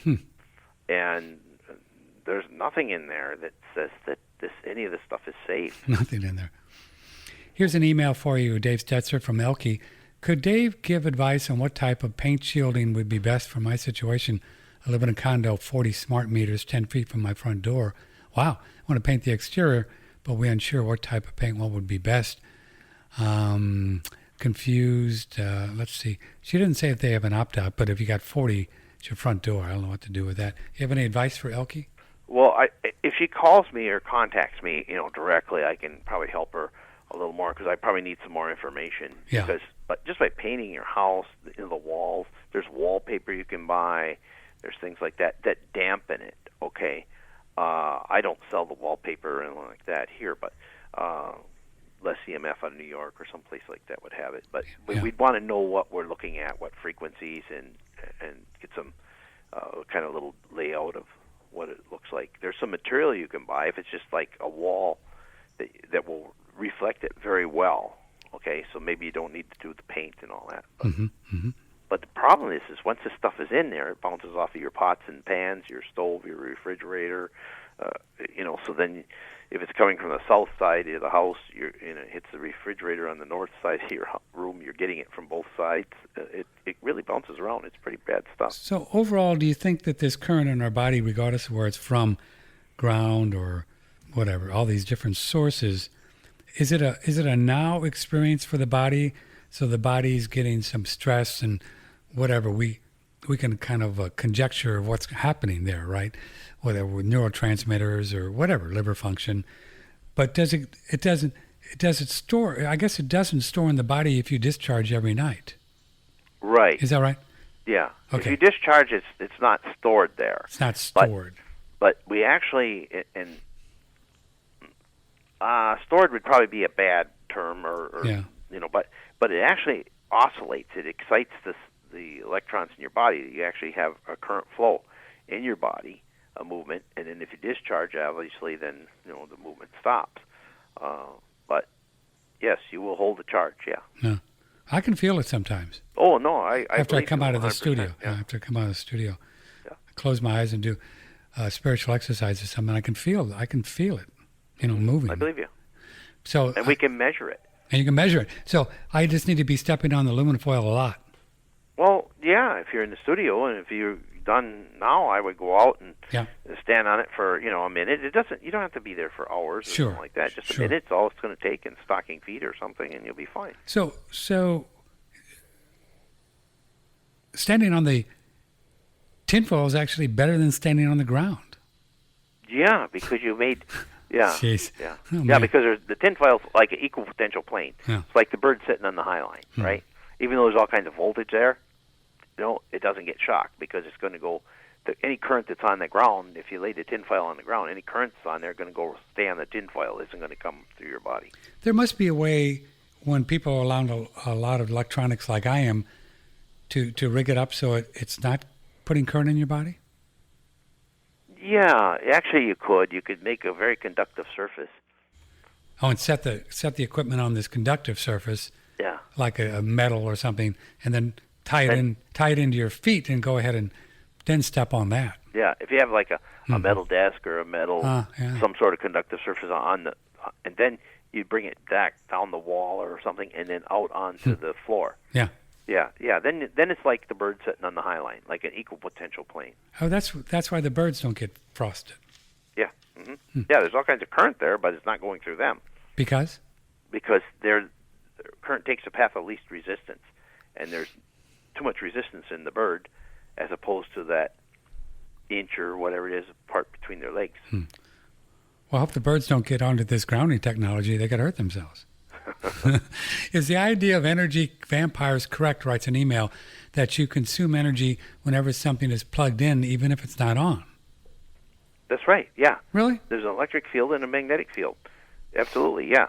So that sine wave is still oscillating on the wire. The voltage, the potential's there. So that's why people use these power strips for stuff. Turn those off at night and things. If you want. Yeah, but there's still, you can turn the power strip off, okay, but there's still that electric field is still applied up to the power switch where you turned it off. And you can say, well, okay, I can unplug it. Well, okay, if you unplug it, there's still an electric field on the wire in the outlet, see? Sure. This is from Karen. This is a little bit off the subject, but yesterday they announced going to have GPS on their Apple Watch, which means a pretty constant attachment to some kind of cell tower or satellite or something. I have a sense that this isn't a good thing for one's health. Am I right, or I'm being too sensitive about so connected to a tower? No, she's not being too. She's right on the money. Really? Absolutely. Why would you want a GPS on GPS in your body? And the other thing, that we've noticed lately is these exercise, bands you put on. No, I don't know. Well, there's a little wrist thing you can put on. It keeps track of how much energy you got, and you can dump them at night. I don't know the name of them, but that's getting to be a problem. All this RF that you're exposed to, it's really getting bad. And she's right about the GPS. She's absolutely right. So if one were going to buy a new car and they got a GPS, you could disconnect that, right? Yeah, well, that's a little different. But I do have a woman who called me the other day. Well, not more than. I've had several now, but they bought new cars. Yeah. And it's interesting you bring that up because one lady, her face went numb. Okay. Really? The side of her face was going numb, and she couldn't figure it out. But it was the right side. Then, when she called me, she said, something's in my car or something. I don't know. She said, because my husband drove to Cabela's. It's an outdoor store. And it was a couple hours drive, see? And so they spend the Sunday there, and they come back. Well, her left side was numb. So she brings her car here, and with all this, 4GL and everything that, so the kids can use their iPads in the car and everything, the newer cars, and where the kid or her daughter sat in a car seat, the back, 500 microwatts per centimeter squared. Wow, 500? In the back seat, yeah. And so she went to the dealer, and they said, well, okay, they unhooked it, right? And then they said they did. They called OnStar and everything, and they said, okay, it's unhooked. And she said, well, how come the meter, because I let her use a meter to test it with, and the meter's still going off. And so they got in this big argument, and so the lady at OnStar said, look, it doesn't hurt you anyway. I don't care what your opinion is. Of course. Hurting it. It's just, I want it off and turn it off. I don't want it. They finally had to go to the dealer, and they got it turned off for sure. So now she's fine. But before, and even a lady called me the other day from Minneapolis, and she was parked next to a new car, just parked next to her, and she didn't feel good, and that's what it was. So there's actually two things. I think, isn't there the OnStar thing where they want, and then there also the screen that people use these little GPS things. Is that two separate ones or the same thing? Well, the little screen is a little different, and the power isn't so great, and that's bouncing off a satellite. Just it's not a big deal. Yeah, not a big transmitter system there. But the big one is like this. So the kids, the Wi-Fi, so the kids can use the iPads going down the road. And, yeah. What about when you have these Bluetooth things? I used to do when I had a cell phone. Is it's hands off. Your cell phone, right? And you're just talking to some speaker. Is that putting the current all around your car? Is it worse? Yeah, it bounces around in your car pretty good. Does it really? Yeah. I thought so. Yeah. Yeah. I guess that Prius I have is probably not the best thing for this kind of stuff, is it? No, it's really not. I If know. you put a Gauss meter on the seat, I have. and it pegs it out, don't it? Yeah, it's crazy. Yeah. All right, let's take this call. Good morning. Who's this? Hello, Dave. Good to hear your voice. This is Robert in Houston. Oh. Hey, Robert. Hi, Dave. I got all your Steltzer filters in the house. I got a tri-field and an RF meter. I was telling a friend about all this dirty electricity. So I went over to his home with a couple Steltzer filters. Looked real impressive with all my gadgets. Don't know what the hell I'm doing, but I figured. That's all right. I look good, man. I got all my gadgets. Looking like Ghostbusters or something. But anyway, when we plugged a Steltzer filter in, and then he was playing around with the tri-field, the tri-field meter pegs when it gets near the Steltzer filter on the electromagnetic field. So on the magnetic field, and that's a good point, okay? But it's only the 60 cycle, which doesn't go internal, number one. Number two is when you're saying near, you've got to be right up next to it. Right. Almost touching it. Because if you move it 4 inches away, it's back to where zero, or unless you had something in the house to begin with. But it's back to absolute zero 4 inches away. Correct. And so nobody, is that 4 inches, unless you have your bed 4 inches away from that filter when you're sleeping and it's a metal bed, then I would say plug it into a different outlet or move your bed 5 inches away. Okay. So because the that's filter where I does get draw. a little. So you mentioned the 60 cycle electromagnetic field is not bad, meaning even if you slept close to that Steltzer filter with that field, it wouldn't bother you? Well, first of all, I've read no articles that say the 60 cycle, it's conclusive. For every 10 studies that says 60 cycle bothers you, you'll find 10 studies that says it doesn't. So, but I'm not a medical doctor, and I don't know for sure, but all I can do is rely on the literature. But I found nothing that says the 60 cycle is going to be bad for you. A clean 60 cycle sine wave, it doesn't go internal. It can't go internal. That circuitry part, that part I do know about. But I've seen nothing that says the 60 cycle is bad for you. And that would be like a blender or even a garbage disposal. That would be the same. There's no harm standing in front of those. Well, the blender has little brushes in the back. You got magnetic, right? Mm-hmm. Yeah, but you have this little. The brushes are arcing, and that's a high frequency event. So, but if you have a filter in, then it'll short there. So, and don't sleep with your blender, Robert. Yeah. As long as the blender's turned off, you're probably been it. But still, lastly, was there a reason Steltzer didn't put that plug outlet? Because I see there's competitors out there, and I'm not sure if yours is patented, where you can plug into the filter, not use up the socket. So is there a reason you didn't do that, or? Yeah, there actually is. And first of all, the competitor out there invited me to come to California, and he wanted to be a distributor for me. And he actually lied. I didn't know it at the time because I'm from the Midwest. I trust people. Yeah. And so he kind of picked my brain, and he was a headhunter or something. He doesn't know anything about electricity at all. And those filters were not UL approved, because when I went to get mine UL approved, Underwriters Laboratories would not allow me to put a plug-through on them. Huh. So in Europe I was allowed by CE, but not here. So that's kind of what happened there. So the guy took a hammer, smashed one apart, and said, "Oh, I can improve it by putting in this, ground plug, but I don't want the ground or a plug through on it, okay? But see, mine, we wanted to make it so handy for people, so we use non-polarized plug, so we can plug it in upside down. Yeah. It doesn't matter what position we plug it in, see? And also, we don't know what people are plugging into them, because you can't plug in, like on a plug-through something, somebody plugs something else big into it, and if you look at, you knock those wires,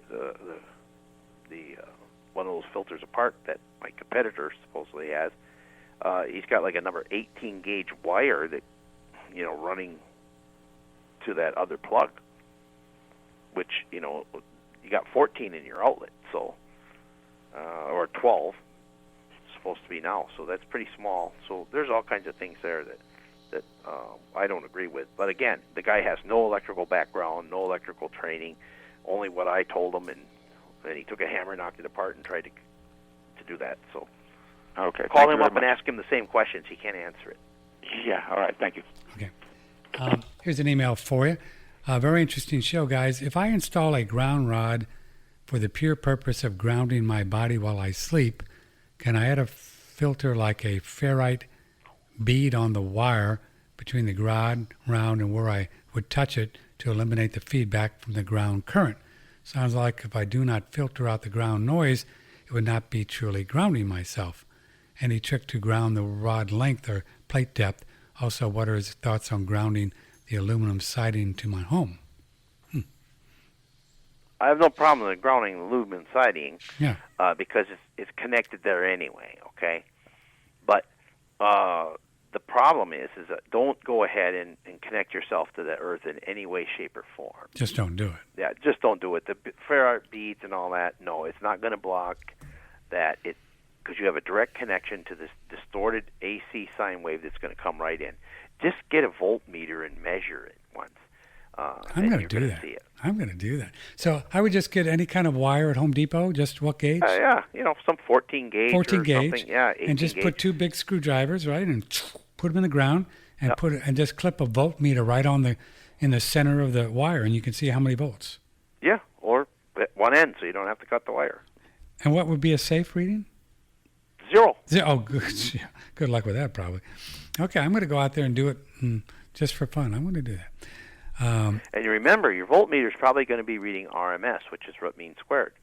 And so you can take it almost times 3 is what's really there, peak to peak. People feel peak to peak. Oh, so the only thing I'm going to be able to measure is RM squared? RMS. RMS. Squared, yeah. And then that's not the true reading. That's not the true reading. You got to go times 3? Yeah, pretty close to 3, yeah. Okay. Glad you told me that. Because I'll be calling you up saying, hey, man, I got nothing. Yeah. I got nothing. Yeah. People and animals don't. Okay, you think that you have 120 volts at the wall receptacle, but if you really looked at it with an oscilloscope or a true voltmeter, okay, you would read about 335 volts. Okay, you say, well, yeah, but meteoroid says 120. It's a heated value. It's a calculated value for heat. That's what it is. It's the RMS value. Yeah, RMS. I can recall years ago after talking to you, I was actually on solar, remember? Long ago. And so I had a friend of mine who's got a oscilloscope. Mm-hmm. And I wanted to look at the sine wave that what do they call that thing that goes from DC to AC? Inverter, yeah. And man, that thing was not pretty at all. It wasn't even close to a sine wave. I mean, it was a sine wave, but there was all kinds of steps and weird stuff on there. That was the noise from the inverter. Yeah, about 20 kilohertz. Wow, that's a lot. Yes. Wow. Anything above 2 goes internal, and you got 20. Would there be a way that you could wire up an off-grid solar thing that would really be healthy? Personally, I think there is, and you just have to. But you'd have to get creative. We know that it's putting 20 kilohertz back on the wires, so you could make a tune filter for the 20 kilohertz and install it. There's the Institute of Electrical and Electronic Engineers.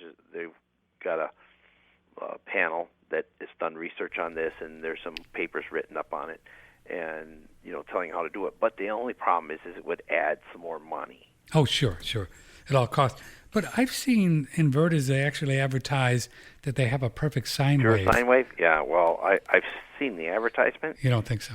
Well, I've measured. Oh. I've never measured a clean sine wave. Oh, you never? Never, no. So, I mean, they say that, but they obviously are saying it for other reasons. Here's an email. As an anti-Tesla AC and pro-Edison DC guy, I was pleased to see the following 2012 Scientific American article, Edison's Revenge Will Direct Current Make a Comeback in the U.S. The rise of direct current using devices and direct current generation have some rethinking to use the alternating current in the grid. Do you know what he's saying here? I understand what he's saying, but I haven't read the article myself. Yeah. So is he saying that direct current will is better and will make a comeback? I guess or this article is saying, yeah. Well, I think we're so entrenched with the AC, but right. all our electronics, anything electronic runs DC. And we have to change the AC to DC. That's the problem. That's the problem. Another problem with DC, though, is you can't ship it for long distances, see? Yeah. Now, you can say, well, yeah, but we have DC transmission lines. Well, yeah, but you have an inverter at each end, okay, to get it back to AC. So right. It's So if you did a solar system and you didn't have an inverter and just had all DC stuff, ceiling fans, whatever, it would probably be pretty clean. Probably, yeah. Pretty clean. And I know people who are very electrically sensitive. Yeah. And who have done that. Yes. Really? Yes. Huh. But it's like appliances are. It's very hard to expensive. find. Yeah, it's hard to find them. Yeah, I mean you can get them, but they're very expensive. Mm-hmm. Good luck finding a DC juicer or blender or something. What's your first name and where are you calling from? Good morning. This is John in Dallas. How are you? We're good, John. What's up? Not much. I had a question for Dave. Dave, good morning. I was wondering if people who live in the city who are surrounded by cell towers, is there any portable form of protection, like when they're walking down the street and there's a cell tower in every 7-Eleven and corner store? I mean, is there something they could wear or keep on their person to protect them from that massive amount of EMF pollution? Actually, there is less EMF out of New York. Sells a lot of this stuff. Yeah. It's like, it's like a netting. There's something called a Faraday's cage, but that you could put over your bed at night. At least you could have 8 hours of, this reprieve from it. Is that like the Swiss Shield natural fabric you have on your site, which is kind of like the mosquito netting, but it basically is made of that special fabric, cotton and wire? The fabric that we have on our site isn't really, well, you could, but you can't see through it or anything like that. That's mainly for the smart grid. Okay. I was gone one time and I came back and I started getting these terrible headaches. And I couldn't, really bad. It was something I never had, headaches like that. And I thought maybe I had a brain tumor. And we have a big building here, and I was on the far end of the building. I'd feel better up by the office girls. And then, I think I got to get an appointment with a neurologist. And she said, well, when you were gone, she said, when did headaches start? And I told her when I got back. She said, well, they came and changed the meter. They came and switched the smart meter. So then I had a bunch of material here that people had sent me for testing. And so we went out there and we got a meter, and sure enough, the smart meter was really, every 20 seconds transmitting. So I tried different pieces of material, and this stuff really worked. It blocked it really good. So we used that. So that's why you have that on your That's site. why I have it, yeah. So then we imported it from Germany by the roll because... and what do you use it for? What do people use it for? Smart meters. If the smart meter's on the other side of the house, they switch the meter, and then it comes right into the house. Right. And so if you hang this on the bedroom wall or wherever, just opposite, just a 3-foot piece of it. Opposite this Yeah, smart just meter. opposite where the meter is, it hits it, and it reflects it back out again. You can stand on the other side of this stuff, and you'll get 0 reading. And you measured that? Yeah, absolutely, yeah. It's pretty cool. In fact, one time, I started getting a headache again, and the guy upstairs in the office come down, and he said, geez, he said, my eyes got so much pressure and stuff. And I said, well, the last time I felt like this is when that smart meter was there. So I went and got a meter here, that stuff. I taped it with duct tape onto a concrete wall where the meter was. Mm-hmm. It kind of dried out, and it fell down. And so instantly, so it's not psychosomatic. This is a real... It's real stuff. Does would that material that you have on your site block other kinds of current as well? Current, electricity, and the wires. And It's high frequency. Yeah, it'll block out it's made for high frequency stuff. Yeah. I see. Cool. Anything else, So John? basically, if your neighbors don't get rid of their smart meter, and so you're stuck. Let's say you remove yours, but the neighbors resist, and they want to keep theirs. You could just take a piece of this fabric and apply it near their smart meter, and then basically that would offer the protection that you're talking about. Kinda, but what I had to do at my house, okay, is you can't use this stuff outside. It has to be inside because it has carbon in it. It'll rust, oxidize. See. So what I did is I went down to the hardware store and I got me some plexiglass, and I bought some in the automotive part. I bought some resin, fiberglass resin. You mix it up; it's got a hardener in. And I poured it around on the plexiglass like syrup, and then I put the material down and I spread it out, and then I put some more on. Made like a sandwich out of the plexiglass. Oh, cool. So now I have this encapsulated shield, and that's what I did. So if you're going to use it outside, because I had to do it at my house. Okay. Excellent. I really appreciate the information. Thank you both. Okay, sure. A couple more, then we'll let you go. Here's somebody, Eileen writes in, she said, here's a stainless steel pizza pan for $9 on Amazon. You don't have to have crumbly aluminum foil around. Easy peasy. And make pizza, too, later. Absolutely. There she goes. See, I told you had very good audio. Very smart. That's funny. Proves my point. Patrick, can you ask Dave what's the name and where can one go to get the materials he mentioned that will block and reflect the smart meters? Well, I think we just did that. Yeah, you can call us or go to SteltzerElectric.com. You only need about 3 feet of it. It's 1 meter long, 39 inches, but it's cheap enough. And just hang it over the back of where the smart meter is. Now, I've seen some people, and please don't get confused, I've seen some people, it looks like a stovepipe that goes over the meter, and then a cap that goes on, and they're outside, and they're standing there with their meter, and they show it drop to 0. It's just people trying to make a fast buck. Because what you did, you never got rid of the signal. You just reflected it. And so when you put it over the meter, what you did is put everything right back into the house like the shotgun barrel. Yeah, boy, you got to be careful. So you got to measure inside the house. The levels went up. A lot of creative. I wonder if you could take some of this material and just put it on the underside of your bed, just in general, to block stuff coming up from the floor or anything? Well, yeah, but it's like for high frequency, it'd be kind of expensive to do. Why? I go by a meter if there's something coming there, and I guess then... And you're measuring magnetic or electrical, right? Yeah, I like to have meter readings and what's coming through space and that. Yeah. Okay. Good morning. Who's this on the phone? This is Denise calling from Dallas. Hi, Denise. Okay, I might need to talk to Mr.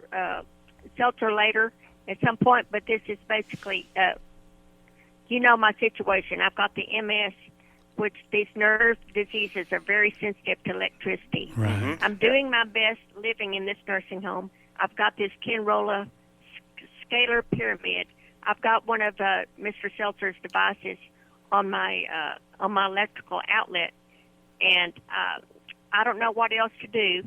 Maybe he can answer me when I get off, but anyway, I might need to consult with him, so I will just listen. Okay, sweetie, thanks, and we'll talk a little bit about... Sure, I'll be glad to talk to her. Yeah. She has one filter. One filter really isn't going to do a whole lot.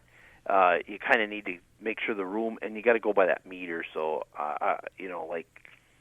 but MS, absolutely, if she looks at Havis's research or goes to SteltzerElectric.com, there's been a lot of research done on MS, and we've had very, very good success with it. Getting people out. So we just got to break Denise out of that place, Yeah, actually, because in a nursing home, Yeah. it's pretty bad. We put them in a nursing home one time up at in Canada someplace, Yeah. and within 20 minutes, people were running down the halls with orange juice, because people had taken too much insulin then.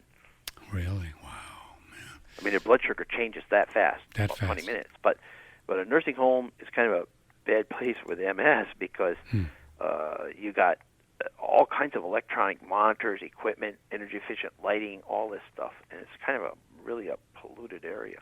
Here's an email. Can Dave tell us how to reduce the frequencies coming out of my refrigerator that's trying to talk to a smart meter, and I don't even have a smart meter? My neighbor, very close to one. Oh, so these new fridges actually try to talk to them, don't they? Yes, absolutely, and they are terrible. And how do you get rid of those things? Actually, there's a little YouTube video on, I think it's electropollution.com. Let's see, what is it? Electrohealth.com. Electrohealth.com? Yeah, or something like that. Electrohealth. But if she calls me, I'll get her in touch with it. But there's a little YouTube video, and it actually goes on there, and it shows how you unplug the little Wi-Fi on the circuit board. You have to have somebody come and do it, or do it yourself, or whatever. But it actually shows you how to do it, because she's absolutely right, and it will make you sick, yes. And the bad part is it's coming out of the refrigerator, but it hits the stove, it hits the pots and pans and everything else, and it's bouncing all over. Can you measure that? Yes, you can, but you have to have this meter. An RF meter. Yep. Yeah. But yes, you can measure. So if there's no readings coming out of there, it's not doing its thing. Because I have a new fridge, 2 or 3 years old, and I know it's all hooked up for Smart Thing, and I put the RF on there. I don't get anything out of there, so I wonder why mine's not trying to talk. Well, open the door. Yeah. Because some of them won't talk until you open the door. Oh, good. Okay. So just check with your meter, and if you're not getting anything, that's great. That's great. Don't complain. Okay. Yeah. But if you I bought a new freezer. My wife called me one day a couple of years ago and said, "Hey, our freezer." I opened the freezer. It's in the garage, and it was hot. And she said the packages are kind of getting damp, and so the freezer went bad. So I called Sears and Roebuck and said, "Hey, can you come down and bring a new freezer?" Sure. Well, I said I want one that doesn't transmit. And so I had to get farther up the food chain to get somebody to talk to. Oh, they guaranteed me it wouldn't transmit. So they brought it, put it in, blah, blah, blah. And my wife and I were getting sick. We live in a big house, and we were getting sick. We couldn't sleep at night. So finally I got a meter, and what the heck's going on? My freezer's transmitting to the smart meter, which I didn't have at the time. Yeah, it's trying to talk to it. So I called Sears, because I told them to write right on the bill. I don't want it if you're going to come and get it and take it back, and, if it transmits. And they did. Because it was one that transmitted. Sean from Seattle, does Dave know any way to filter out your monitor TV screen at your office desk, since most of the monitors are LED? Also, what does Dave think about the pyramid devices to lower the frequencies and EMFs in your room? There's a lot of different ones. I don't know if you can comment on that. The level of your success is directly dependent on the number of people you see. Oh, that's something else. Okay. The pyramid devices, things like that, I always tell people, look, if you can't measure it on a meter, don't buy it. So I've never been able to measure any change by putting some pyramid device on, or, little buttons on cell phones, things like that. You've There's never no been able to change measure in the meters. Yeah. I'm more of a practical. You're more of a scientist type, yeah. New monitors, LED, TVs, and computers, what's up with that? Well, I don't worry about them too much. I really don't. It isn't like the old cathode ray tube where there was actually an electron gun in the back of the tube or the TV, and it shot out a beam of electrons like cue balls hitting, playing pool, and then the balls keep moving, all of them, Well, what happens is the electrons keep moving out into space. If you remember, your mom said don't sit too close to the TV. Well, she didn't have a meter, but I do, and she was right. She knew, yeah, she knew. Yeah, but the liquid crystal displays and things like that, it's a different technology, and I don't really worry about it too much. Okay, finally, last question to Dave Steltzer. Then we'll go until tomorrow. Sharon and I will be here. Let's just talk briefly about the best light bulbs. So we know that these LED guys are not good, right? And also tell folks why the LEDs are not good, and also the compact fluorescents. Well, the compact fluorescent lights, okay, they put, like I said, between 50 kilohertz and 100 kilohertz back on every wire. On every wire in the house. Yes. Secondly, they radiate through space. You remember we talked about that little, putting an EKG patch on your chest? Sure. Okay, you can sit in front of a desk lamp, and you can have like a 60-watt incandescent light. You can put your hand right up next to it, and you'll read 0, nothing going through your body. Okay? Then you can go ahead and change it to an 11-watt, 5 times less, right, CFL. And within a foot, you'll have 27 microamps going through your body. Now remember, 18 microamps is associated with cancer in numerous well-programmed studies, and that's a direct quote, okay? So we don't want to be anywhere, and that's 27, a foot away from like a desk lamp. So, obviously it drops off so we don't want CFLs at all. The new LEDs, the LEDs when they first came out, they had kind of like being in a smoke-filled room, so you didn't really like the color. But they were fine. Then you get the LEDs that they color corrected them. They were okay, but then somebody come along and said, yeah, but we want dimmable LEDs. So when they made them dimmable, you just destroyed the integrity of the LED, okay? So the drivers are bad. They put high frequencies back on the wires. And so I haven't tested any good ones. That's not good. And, of course, the fluorescent lights, they're bad. Yeah. Yeah, they're all bad. The TH, T12s, things like that. We can show one guy, we put the T12s, I guess, in, and just 2 4-foot 4-bulb lights in a holding area in his barn, and his cows will drop 1,200 pounds in one day. That's amazing. Yes. That's amazing. Yeah. And another lady, and actually, it's on our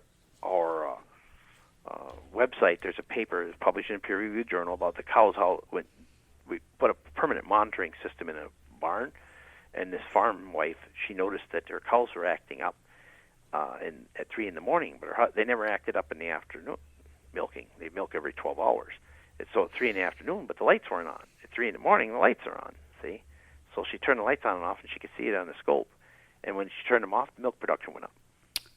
So I have a desk lamp here. That's amazing. I have a desk lamp here. It's got 4 about 8-inch bulbs, kind of round ones, long. Is that compact fluorescent? I'm not sure. I'd have to look at it. Yeah. How would you know?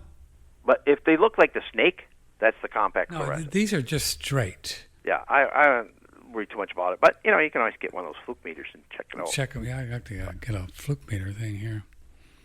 So good old incandescent bulbs are the way to go. The best, yeah. And I know, but really, they really are. The meters don't lie. It's 0, 0, 0. There's just nothing going on with those. No, things. it's a linear load. The current looks the same when it went in as it when it comes out as it went when it did when it went in. And so, on the CFLs, we should mention also the dangers if you break those babies. They're full of mercury, right? Yeah, exactly. You're supposed to technically call hazmat to come and clean it up. That's right. Get a guy with a white suit, man.